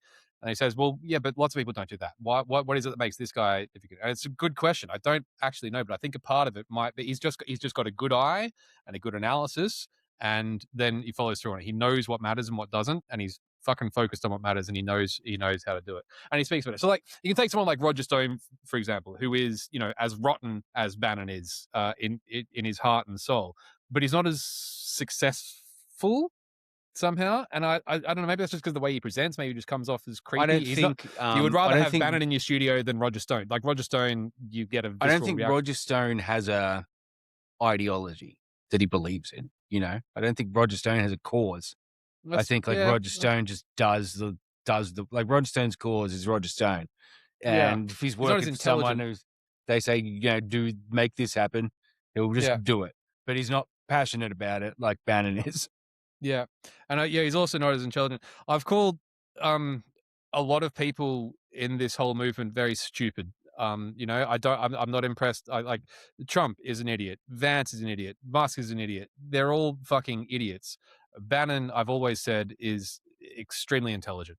And I'll give him that and any day of the week. And I think that's a part of it too. And also he enjoys. So I was asking this question in our last episode, like, why do this? Like, you've got your Seinfeld residuals. You could go and retire and live a happy life wherever you want in the world. Why do you need to do this? And I didn't know. And after reading these messages, I think I do have an answer. And I think it's just he just enjoys it. He enjoys the game. It's fun for him to feel this level, to have this level of attention and influence. It's a game. It's like he's playing a sport. Destroying the world is a sport to him, and he gets a kick out of it. And you can see it in some of his engagements when he goes to the Oxford Union, for example, to debate these English college kids. He's like, I've got a plane. I'm supposed to get on a plane, but actually I'll tell my guys that we're going to miss the plane. I'm going to stay with you guys because he enjoys the fight, and he enjoys the sparring of the debate in the moment, and he also enjoys the sparring of shaping world politics. Mm.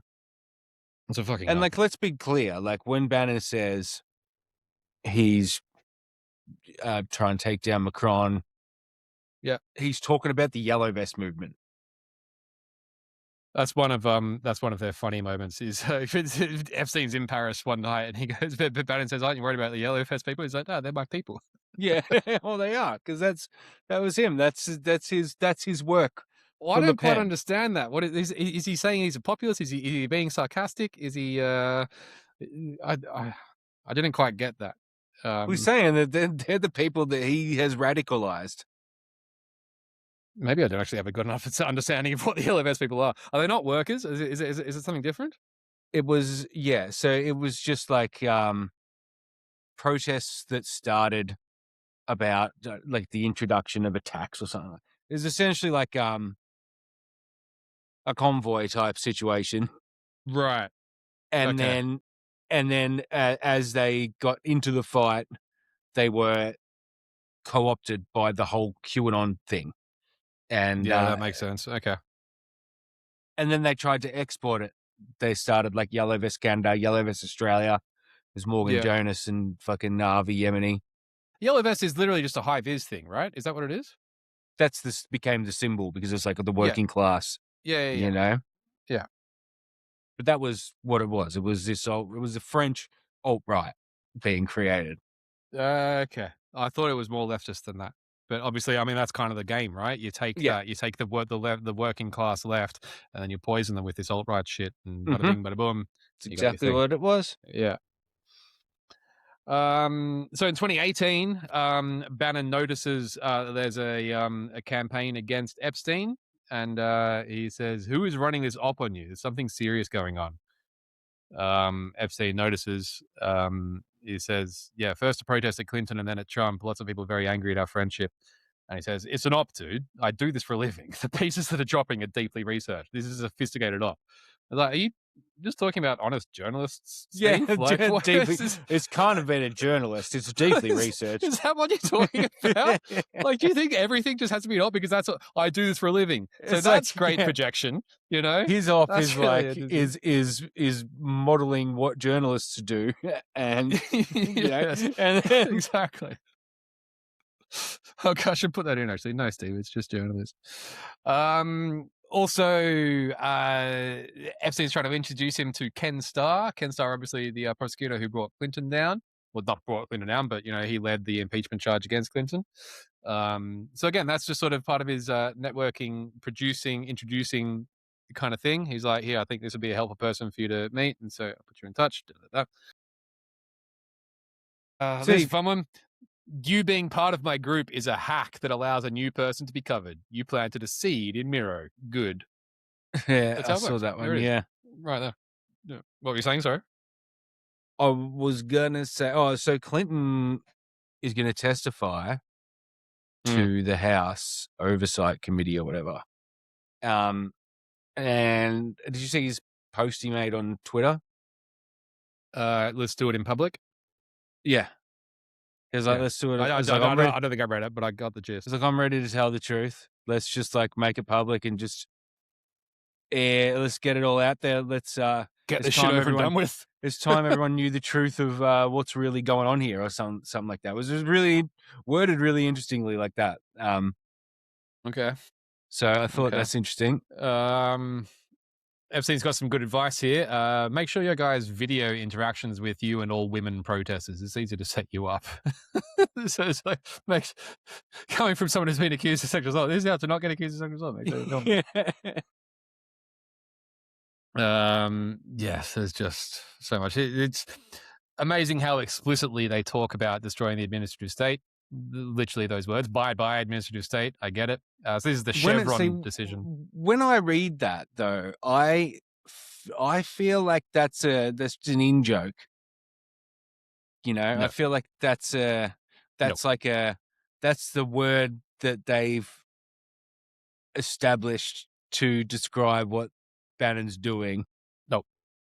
No, they're being very literal. Look at what Doge was doing. That's what Doge was doing. Doge was deconstructing. Well, yeah, I'm the not saying they don't administrative want state. to do that, but I'm saying I feel like we're missing more context around than specifically constantly referring to bringing down the administrative state. I feel like It's the technical catchphrase that encapsulates everything that they're doing. But I feel like there's more to what they're doing than that they're not writing. It's the technical term for what government is. They're talking about government. Bye government. Yeah. We're going to destroy the government. But I know more than just the government, means. because government is like political. It's literally that, the administrative state. That's what they're trying to destroy, because the administrative state is one that'll tell a coal company not to pollute the river. That's what it all comes down to. The administrative state is one that will pass a law saying that you're not allowed to discriminate against black people. The administrative state is the one that does all the things they're not happy with, because they are fundamentally assholes who want to be able to just do whatever. That's what the point is. Is they want the rule of the jungle, and progressives have always been about trying to ameliorate that, and that's what they've always resented. That's what fascism is. Fascism is just the rule of the jungle. You do whatever the fuck you want, right? You have the strength to do something, so you will. You do whatever the fuck the state wants you to do. Yeah, I mean, if you are the state, freedom. Fascism is freedom for the state. Yeah, yeah, freedom for the people who are in charge to do whatever the fuck they want, right? And we see that on the world stage with the language that they're using to talk about Greenland. It might have been worth splicing in the part of Stephen Miller talking about it here. Do you know what I'm talking about? Where he's like, America is a world superpower, and we are going to act like it. We want Greenland, so we are going to take Greenland. Like, those are pretty much his exact words. And that's what fascism is. And then you have this, the bunch of nerds and diplomats who are saying, oh, well, no, maybe we shouldn't just go around invading each other. And that's what they're fighting against. And that's what this is. So do you know what the Chevron decision is? Neither do I. But it's something, it is something which has significant implications of the way that the government works. And the Supreme Court just overruled it. Fuck it, we don't need to get into it, whatever. But it's a case which has significant ramifications. And getting that overturned was part of the reason why they needed to get the judges that they wanted on the Supreme Court. And so that's why they had to get Gorsuch in there and whoever else. Who's that chick? Amy Coney Barrett. And so they work on how to do all that. Pretty epic, huh? Says Steve. Why? Yes, replies Jeff. Fuck, what else? Let's talk strategies. Oh, these are fun. Do you know anyone in Europe that wants to control the European Parliament? Yeah. I need to get serious. I need to get serious about taking on Soros. You actually don't, Steve. You could just not do that. That's fine. Yeah, it's an option. And Epstein tries to tell him George's son will take over soon. And then Steve's like, fuck that guy. I want a piece of George. He's like, okay, well, that shouldn't be too hard. He's falling apart. He's like, yeah, but I want to be the one who takes him down, which I think is quite illustrative of that the spitefulness there. Because Soros has been doing what Steve wants, which is, just gradually influencing the world through his, NGOs and whatnot. And that's exactly what Steve is trying to destroy. So Soros has gone to great lengths to build this progressive, liberal, post-war, nice kind of world. And Steve's like, you fucking hippie. He also pours a lot of money into groups that investigate corruption and transnational networks and these kinds of things. Yeah. So like they all hate him because he actively funds people trying to bring him down. This is one of the first things that I encountered on this whole mission back in 2020. I was talking to someone about Soros and I'm like, okay, what's your actual issue with him? And he sent me this thing of all these groups that he funds. And I went through them and it was like, the American Library Association. Yeah. We help kids have access. I'm like, which of these groups do you not agree? Like, which of these, what do you think is bad here? I genuinely don't understand. And I never got an answer because they never do have an answer. But it's like, yeah, he does do this stuff, and that's good stuff. Which one are you opposed to? Oh, no, it's Soros. And you can see here, the reason why you don't like Soros is because the two most evil people in the world don't want you to like him. You know what I mean? Like, exactly. it's just so... Same thing There's with the been, Obama thing. It's been used. So there's this book called like Very Bad People, and it's written by the head of this organization called Global Witness. And these guys were like instrumental in bringing down the Khmer Rouge and stopping the blood diamonds trade in Africa, and like all these like big things. Soros is the primary funder of this group, and a lot of these like African warlords and stuff that were going down because of the work that these guys did when they were in court, you know, testifying and whatever, facing charges. They were trying to discredit this group's work because they're funded by George Soros. Yeah, it's like this is just the line for these people. They've been trying to act like being funded by George Soros taints you. Therefore, the evidence that you're showing is invalid. Yeah. Yeah. It's amazing. I mean, and that is book, by the way, the conclusion of that book is it's called Very Bad People, and it's because they're like, there's this like anomalous transnational dark fucking network that operates, you know, and they meant right at the end of the book, they talk about Cambridge Analytica and all this like neo-colonialism that has their fingerprints on it all through the world, and they conclude by like saying, you know, there is this vast, wide-ranging, dark, transnational group of billionaire criminals that are behind a lot of the evils that are done in the world. And so we're into these gay fucking commies telling them they can't rape everything. And George Soros writes the foreword to that book. So like, right. There you go. Yeah, it's an interesting perspective. All right. Give me a sec. We'll be back. All right. What else? I don't know, but I do have to go to bed soon, so we may have to split this in two. Yeah. Well, I mean, we've certainly got the flavor of it. Okay, so this is where I realized that this is the signal in the noise. Tuesday, July 31st, 2018 at 3:36 a.m. is the time registered here. I don't know what time I've exactly said. Jeff says, "Don't forget to visit Dr. Kruger. I need you alive and healthy for the long game. No you, no movement. Simple math." Simple math. Yes, I know. I'm a physics teacher.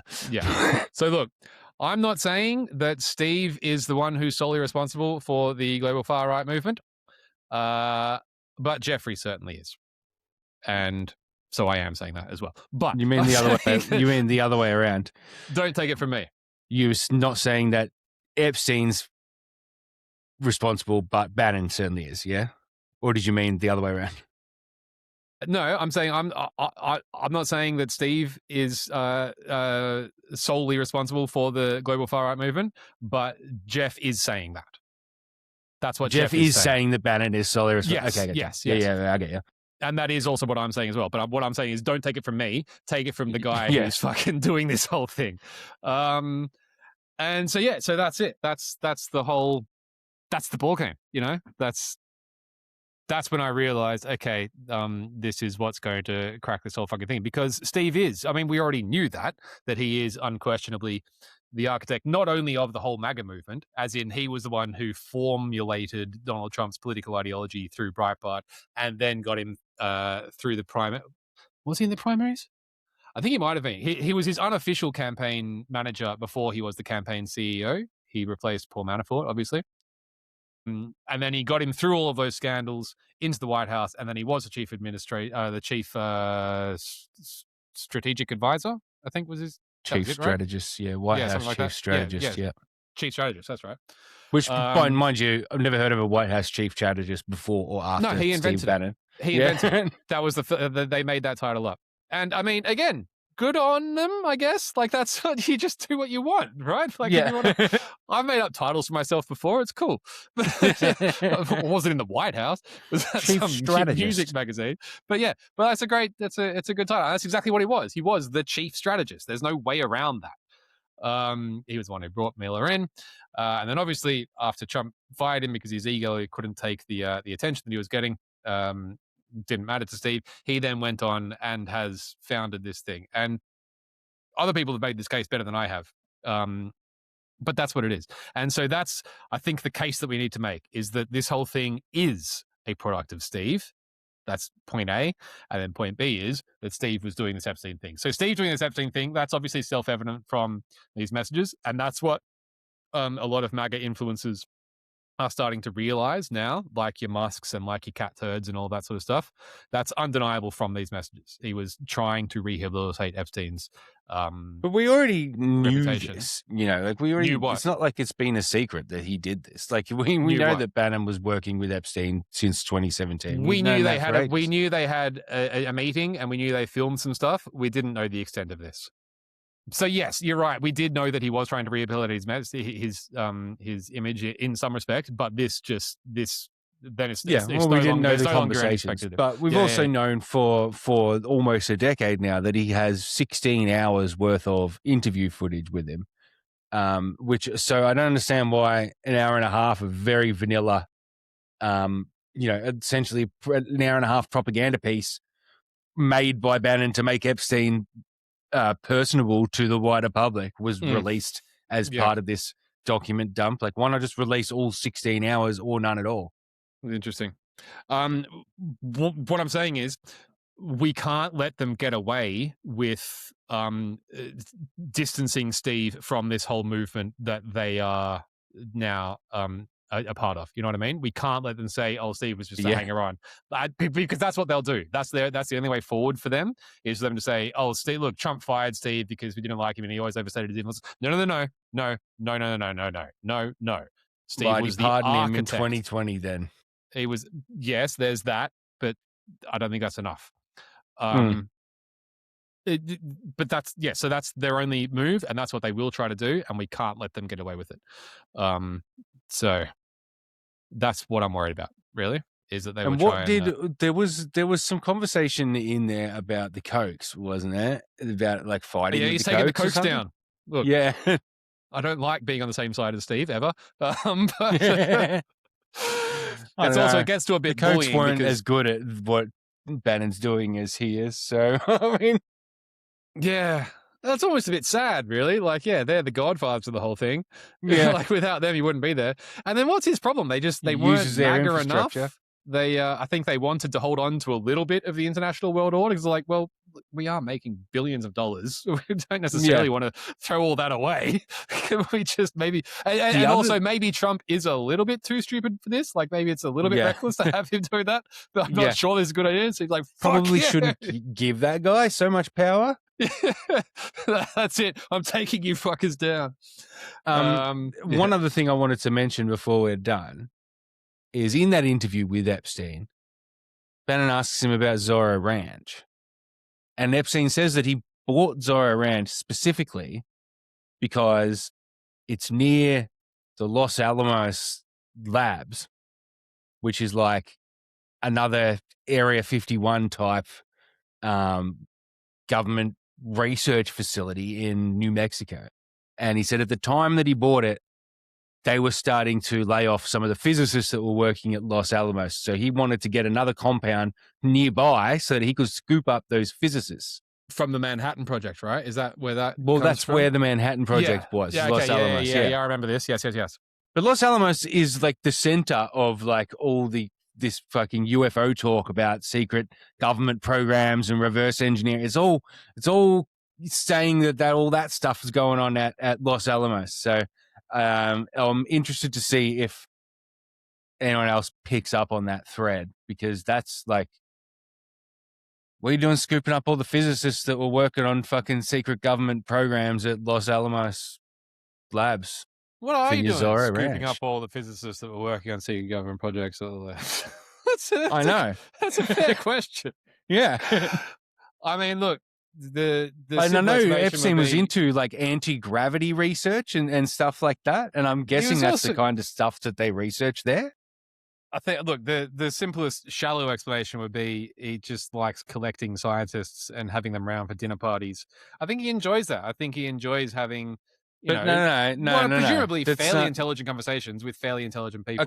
okay. So if they're all if their contracts are being ended with Los Alamos Labs, why is he moving near Los Alamos Labs with his own compound if he wants to hang out with his scientists? Like, surely he just staying in New York or around all the universities that you fund, and they'll trickle back into there and you'll be able to fucking meet them in polite society. Why do you need to create another secure compound out in the fucking desert and scoop up the scientists when they've got nowhere to go because they're leaving those labs in the middle of nowhere?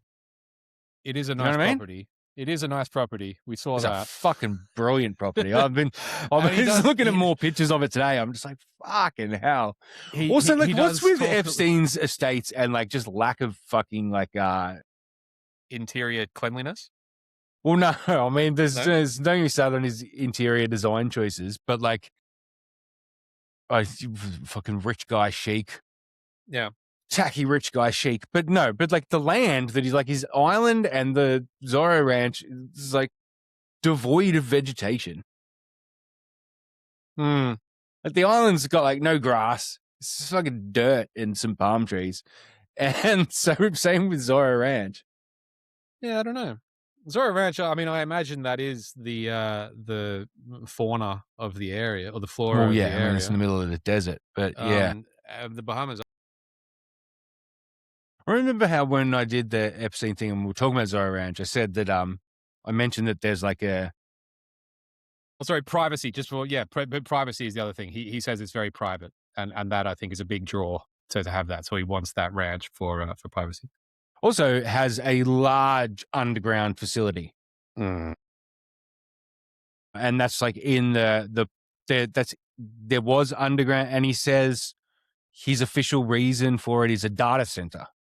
We got a fucking data center for it, fucking Zorro Ranch for starters, but also he had work done on it and he had it extended. So there was an initial underground like bunker, and that was extended at some point. So we don't know how big it is, but it's bigger than it originally was. He poured a lot of money into it.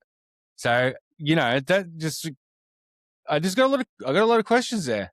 Why are you poaching physicists from secret government programs to go work at your fucking giant ranch in the middle of nowhere that has a giant underground fucking bunker? What's going on? Do you get a Maxwell vibe from that at all? Do you get a Robert Maxwell? Because remember how he liked to sort of cultivate scientists and do a bit of that. Do you get that at all? I do No. a little bit. I don't know. I mean, once you, am I wrong about Maxwell? Is that's sort of what he did? Like when he had this. well, kind of, yeah. I mean, he was printing published scientific papers, so he was. And I think he found value. Or maybe I am a bit wrong about that. Maybe it was just a publishing thing. Because he saw the business opportunity and he didn't care so much about the scientists. But that's I got the impression he kind of did a little bit. But I could be wrong. Sorry. I mean, like, yeah, sure. Like, if you were to make a surface level argument, you were to say, like, put the two next to each other and what we know, sure. But, like, if you add in, like. Well, you can take that argument deeper. Like cultivating scientists, they could both be doing something nefarious with it. Well, I think Maxwell was doing the sharing of research across the Iron Curtain. That seems pretty plain enough. That seems a big enough reason to have been doing what he was doing. And I think he did the world a service with that, by the way. Sure. But, whatever else he might have done, through being that bridge between those worlds is probably a different thing. But, like, I don't know, if you add into the specifically stating that he specifically got Zorro Ranch because it's close to Los Alamos so that he could scoop up the physicists that were being laid off there, mixed with a giant underground bunker at the already incredibly isolated property, surrounded by state land leased to him and then the property of the fucking governor of New Mexico. Yeah. I don't know. I don't have any fucking answers. I have no idea what's going on, but I'm just saying, what the fuck is going on with that? The data You center, know? the data center feels like it's probably AI related. I imagine that would be an AI play. Would you like that'd be the best guess, right? It's like not the 90s. A bit early, yeah. Okay, Yeah. maybe. And just quickly speaking of underground stuff, some people found some photos of a hatch on the island as well. Did you see that? Yeah. Yeah. Yeah. So that just looks like that's it. I mean, that's not what you'd be trafficking people through or anything. That just looks like an access point for something. It's I think it's like a toilet, it's for the toilet.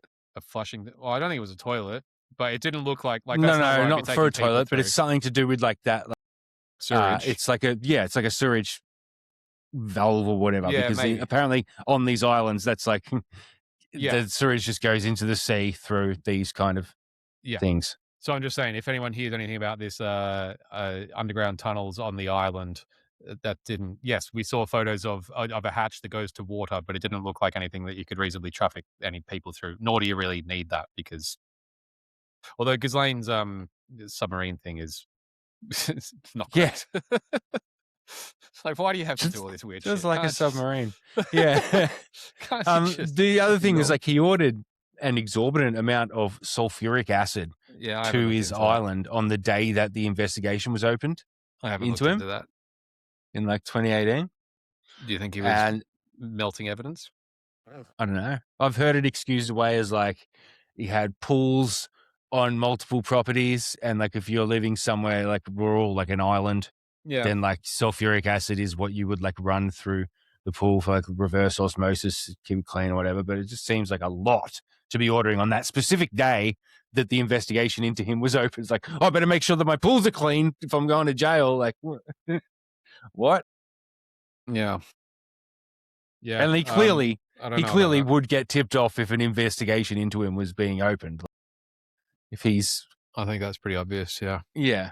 So I don't know, but I don't know. I'm not convinced that they were like. I'm sure they've killed a lot of people. Like I'm sure they have over the years.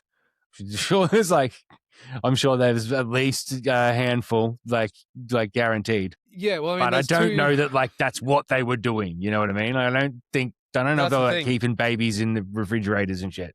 Two of the emails that went around, there was someone who said, "We like kill this person" or whatever. Was one of them. And it seems pretty clear from the email before that they're talking about burying them in bullshit. So I think they mean figuratively kill. And then there's the one which is I love the torture video. Did you have a read on that? Mm-hmm. That was sent by a woman. No. That was another one. Sorry. The Sultan bin Salayem of the torture Abu video. Dhabi, or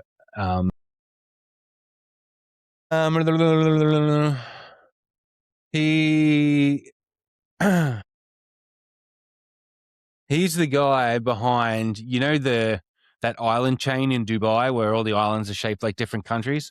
Yeah, he's the guy that built that. Oh, right. Good for him. Ahmed bin Salayem.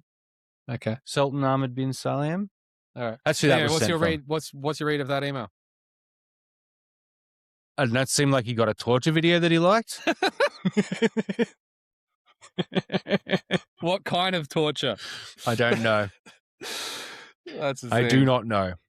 And nobody does. So yeah, I don't have much to add on top of that, unfortunately.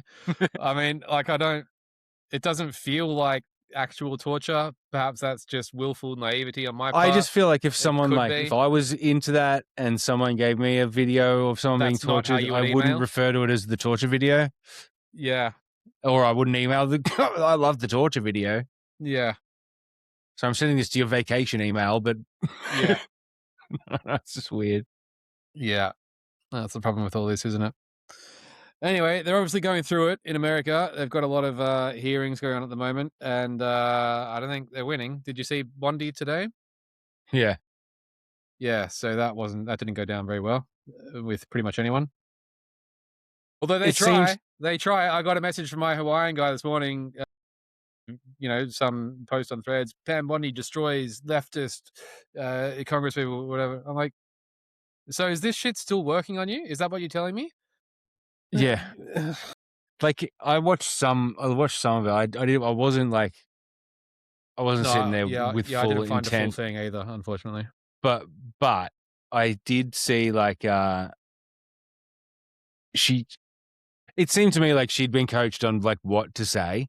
Like she was trying to get animated about things and bring everything back to like key talking points that she wanted to bring up about like how good Trump's doing and how good the Dow is and stuff like that. And like, there's this weird disconnect between her, how animated she's like getting, but like she was still expressionless on her face.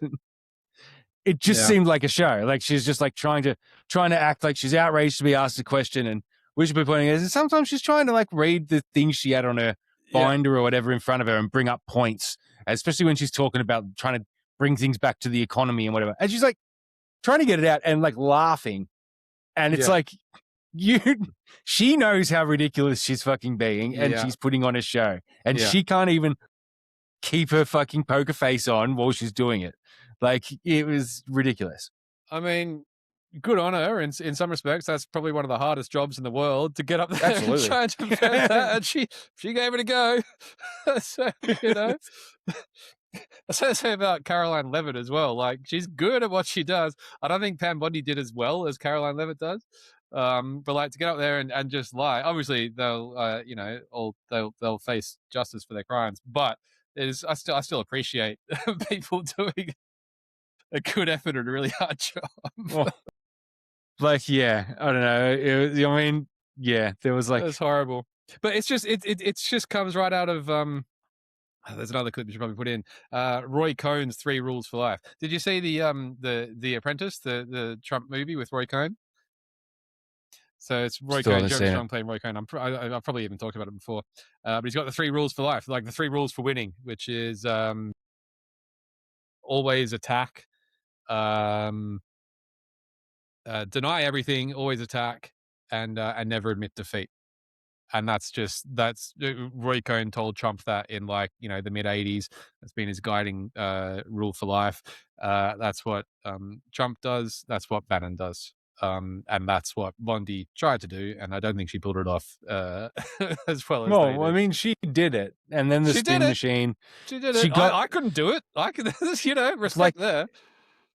I mean, you could see just from how she was like laughing, and like she knows what she's doing. Like she's not trying to legitimately engage with the people asking her the questions. No. She's saying the things and going through the motions and doing a lot with her hands and making herself seem so that clips can be taken and the spin machine can just go into overdrive once she's left. They think they can get away with it because they have gotten away with it for the last 10 years. Yeah, because they will. I think we're starting to see that crack, and I think there is going to be a huge reckoning in the next few months. We'll see. We'll see. I'm not hopeful. I mean, we're seeing the cracks in the MAGA movement. Like, we've been seeing the cracks for a while, ever since they started shooting citizens in the street. And we're just going to see more and more. And then it's going to reach a tipping point, and then the whole thing's going to fall apart, and then it's going to get nasty because they're going to start lashing out. They're going to get desperate, and it's not going to be good. And we're going to see a lot of people who don't want to admit that they were tricked coming up with all sorts of other justifications for it. And it's going to get ugly, I think. Yeah. Well, hopefully they rip the Band-Aid off at some point, but I don't know. It's like, I don't know. I feel like they need to release the rest of these files or have a mature adult audit the entirety of a team of mature adults audit the entirety of the files and the redactions and sort them out so that they're like actually doing what the terms of the release was, which was to only redact victims' names, which I haven't done. There's a lot of passports and like personal names, addresses, and phone numbers of victims all over these files, unredacted. But I feel like what they are trickling out, I don't know. This is like probably one of those things where like that I usually probably like wouldn't say because it sounds a bit too crazy. But after everything that we've learned, maybe it's not. I feel like if you watch the Adam Curtis documentary Hypernormalization, I did, yeah. and then he's also got the Trauma Zone. That's the one. Trauma Zone is this like, I want to say like 11-part documentary series, and there's no narration.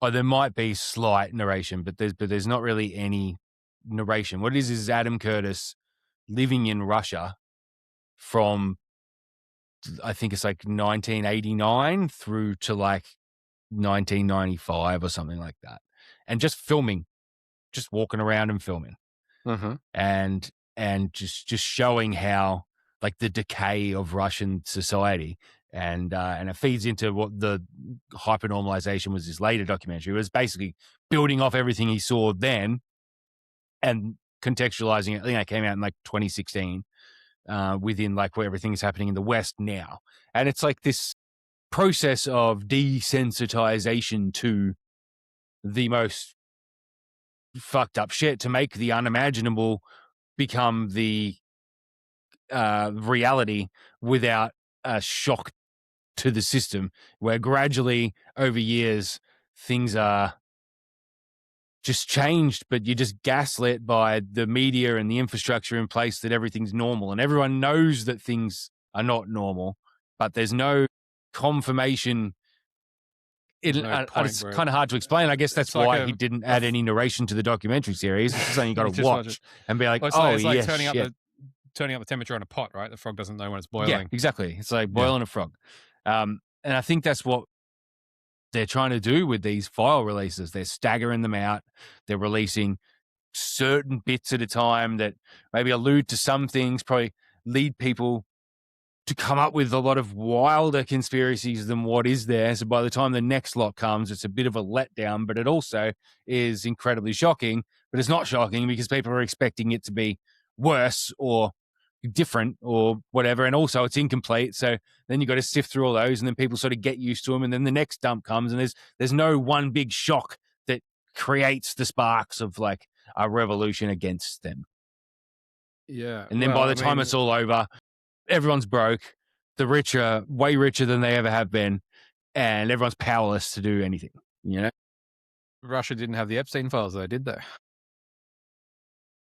Well, no, they didn't. But like, this is what they like. This is it's what I'm saying. Maybe is it this will seems be like the spark that Russia never had. Is what I'm saying. Well, yeah. Or maybe what I'm saying is they're taking that concept and applying it to this file release, you know? So in order for it not to be the spark. I think that was a mistake. If that is what they're doing, I think that was a mistake. I think you just let it all out at once, and then it's done in a week, you know? Here, it's like, okay, we'll do it here, and then we'll start it again in 2 weeks, and then we'll start it again in 2 weeks, and then we'll start it again in 2 weeks. I don't think... And are you giving people more and more to come to get, you know?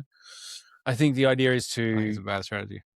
Stretch it out in between to make people... This is like... So the pizza thing, you know, and their jerky talk and all that, and it seems like there's a lot of talk about their trafficking prepubescent kids and cooking them up and eating them and all this stuff. There was a bit of that, wasn't there? Yeah. But they're not doing that.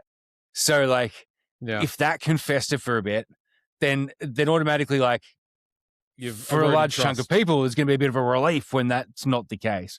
It's going to seem not as bad as they thought, where in fact it is way worse than they would have thought before they had that idea. So I don't know if I'm doing a good job of explaining this, but I don't know. I'm skeptical. I'm skeptical because it's weird what's happening. It's weird how it's the way it's being done, and well, it's not like there's a guidebook for this, is there? It's a pretty unique situation in all of history. You know what I mean? Yeah. Anyway, if you've got to get to sleep, I can see I'm not even a fifth of the way through this this document. Well, I'm sure there'll be more to talk about.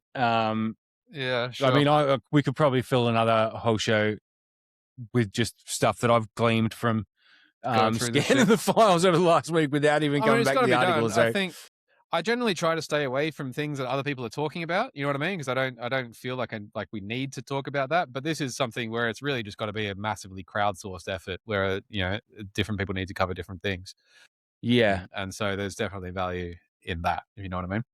and I've noticed it's a bit disappointing how it's being covered. Well, it's just chaos. Because There's the thing, it's chaos. well, it's chaos, but then it's like so there's a few like different YouTubers who all had sort of like pre-existing platforms that weren't sort of really Epstein related or hadn't really dug into this topic or even anything that would give them a framework of how to understand these files that have just Coffeezilla? started going through it. And then Coffeezilla is doing some good stuff. Okay. But I'm talking not sort of Coffeezilla's level. I'm talking a bit more like sort of lower level influencers that are doing They don't have like the background. multiple videos a day on Epstein at the moment because they're just getting a lot of views. And they're all just sort of pulling from each other's videos or the Epstein subreddit and just reporting the same things. Sometimes they're reacting to the videos of other people that are doing the same thing as them. You know, it's like it's just this like content cycle of just like and the only place that ends up is just getting into the wacky because that's what's happened every other time. All of a sudden when there's no more juicy direct stuff to pull, they start going into all the speculative crazy shit and they just end up way off the deep end. Man. It's what gets the clicks. Mm-hmm. Yeah. Let me say one thing before we go though, which is that I make this point in the article, but these people, they don't control the world. That's the wrong way to think of it. They're not in charge of everything. They just monitor it really closely and they're really good at influencing it. They're not in charge. The world still happens without them. They are responding to the world. There are elections, there are currency fluctuations, there's all this stuff that happens without them. Yes, they are incredibly powerful and good at influencing it, but they're not actually, it's not the conspiracists. Do you know what I'm saying? Like, yes, they are literally a shadowy cabal of elite billionaires who are Jewish doing cabal, by the way. And a Catholic, an honorary Catholic. With a Catholic, honorary Jew Catholic. But you know what I mean? Like Judeo-Christian that's been given permission to drop half the name. They're not invincible. We can come through this and we will come through this and we can build a better world after this, in fact. You know what I mean? Like this isn't, don't be all doom and gloom. This is actually okay. If we could just these are just take rich cunts all these people assholes down and then redistribute their wealth to everyone else, the world would be a much happier place. The world would be a much happier place. And then some other assholes would end up coming up and then we deal with those at the time as well. There is no one in charge. This world is chaos. The immigration is not a deliberate plot to destabilize you. It's just fucking 7 billion people swirling around on the one rock. You know what I mean? Like it's just shit just happens. Shit just happens, and these people are good at monitoring it and influencing it. But they're not in charge. They're not invincible. All the power to all the people. Good note to leave it on. How's that? Get reading. All right. Till next time, everyone. Get reading the files. We need eyes on them. Yeah, because I'm fucking sick of them. Take screenshots and put them into an article for us if you can. Because exactly. If anyone listening is reading through and does see some things that are interesting that no one else is talking about, just fucking send them to either me or Daniel. Yes. Send them to dirtunitpod@gmail.com. That's literally any tips and tip-offs? Thank you. Literally the only way we can do this. Like it's the sort of thing which needs a million eyes on it, you know? Mm-hmm. And it's interesting watching that happen. It's also painful watching it happen. People do it badly, but it's still good. I've seen a lot of doubling down on the like, well, here's all the proof. Epstein's a Mossad agent. And I did want to just say something to that. I've stayed away from that. For the starters, and I've watched a lot of it, and it's, look, I understand that people on the internet come at you with a lot of facts to get to like the point they're trying to make, but like no one who is saying that has any idea how that world works, and like nor do I, by the way. But I can tell you that an agent of Mossad does not meet with the former head of military intelligence and prime minister of Israel to give advice on his post-political career. Like, that's not what an intelligence agent does. An intelligence agent doesn't fly ex-presidents around on a plane. To confine what this is to a prism of he's working for an agency of a particular nation state is to not only like distract from like what's really going on here, but like minimizes what this is. Like, this guy sits he's not an agent for anyone but himself. He's probably an asset to many intelligence agencies, Mossad included. Like, absolutely an asset. But like, an asset is a completely different thing than an intelligence agent. That's not what this guy is. Yeah. Stop! He doesn't need stop to be. it! He's an agent. Just stop he's it! an agent. He's an agent for himself. He's just Yeah. doing his thing. He's from a different. He doesn't work on a nation state level. He's not in our class of citizens of a country. Like, when he was introduced, when he was flying on that plane he took with Clinton, and did a tour of Africa in like 2002. Clinton, Kevin Spacey, and like Chris Rock, and Epstein did like a tour of Africa on Epstein's plane, and he recruited this South African aspiring model on that trip, and he was introduced to her as the King of America. Who So he's there, so he's there with Bill Clinton, the just former president of the United States, on a speaking tour, going to like random like universities and stuff throughout Africa. And he's being introduced to like girls as the King of America, and also a recruiter for Victoria's Secret. And so that's like, so on that tour is like scouting models who would then come to the King of America that's flying Bill Clinton around to then see if he wants to recruit you for Victoria's Secret, organize them a visa, and then just trap them in a fucking island in the fucking Virgin Islands. It's pretty fucked up shit. But fucked up. yeah. All right. We're not On good that at note, this, are we? Probably better to end it on your note, I think. But yeah. All right, take care, man. All right, peace out. Till next time. Catch. Take care, everyone. Talk of a political dirt unit. is typical of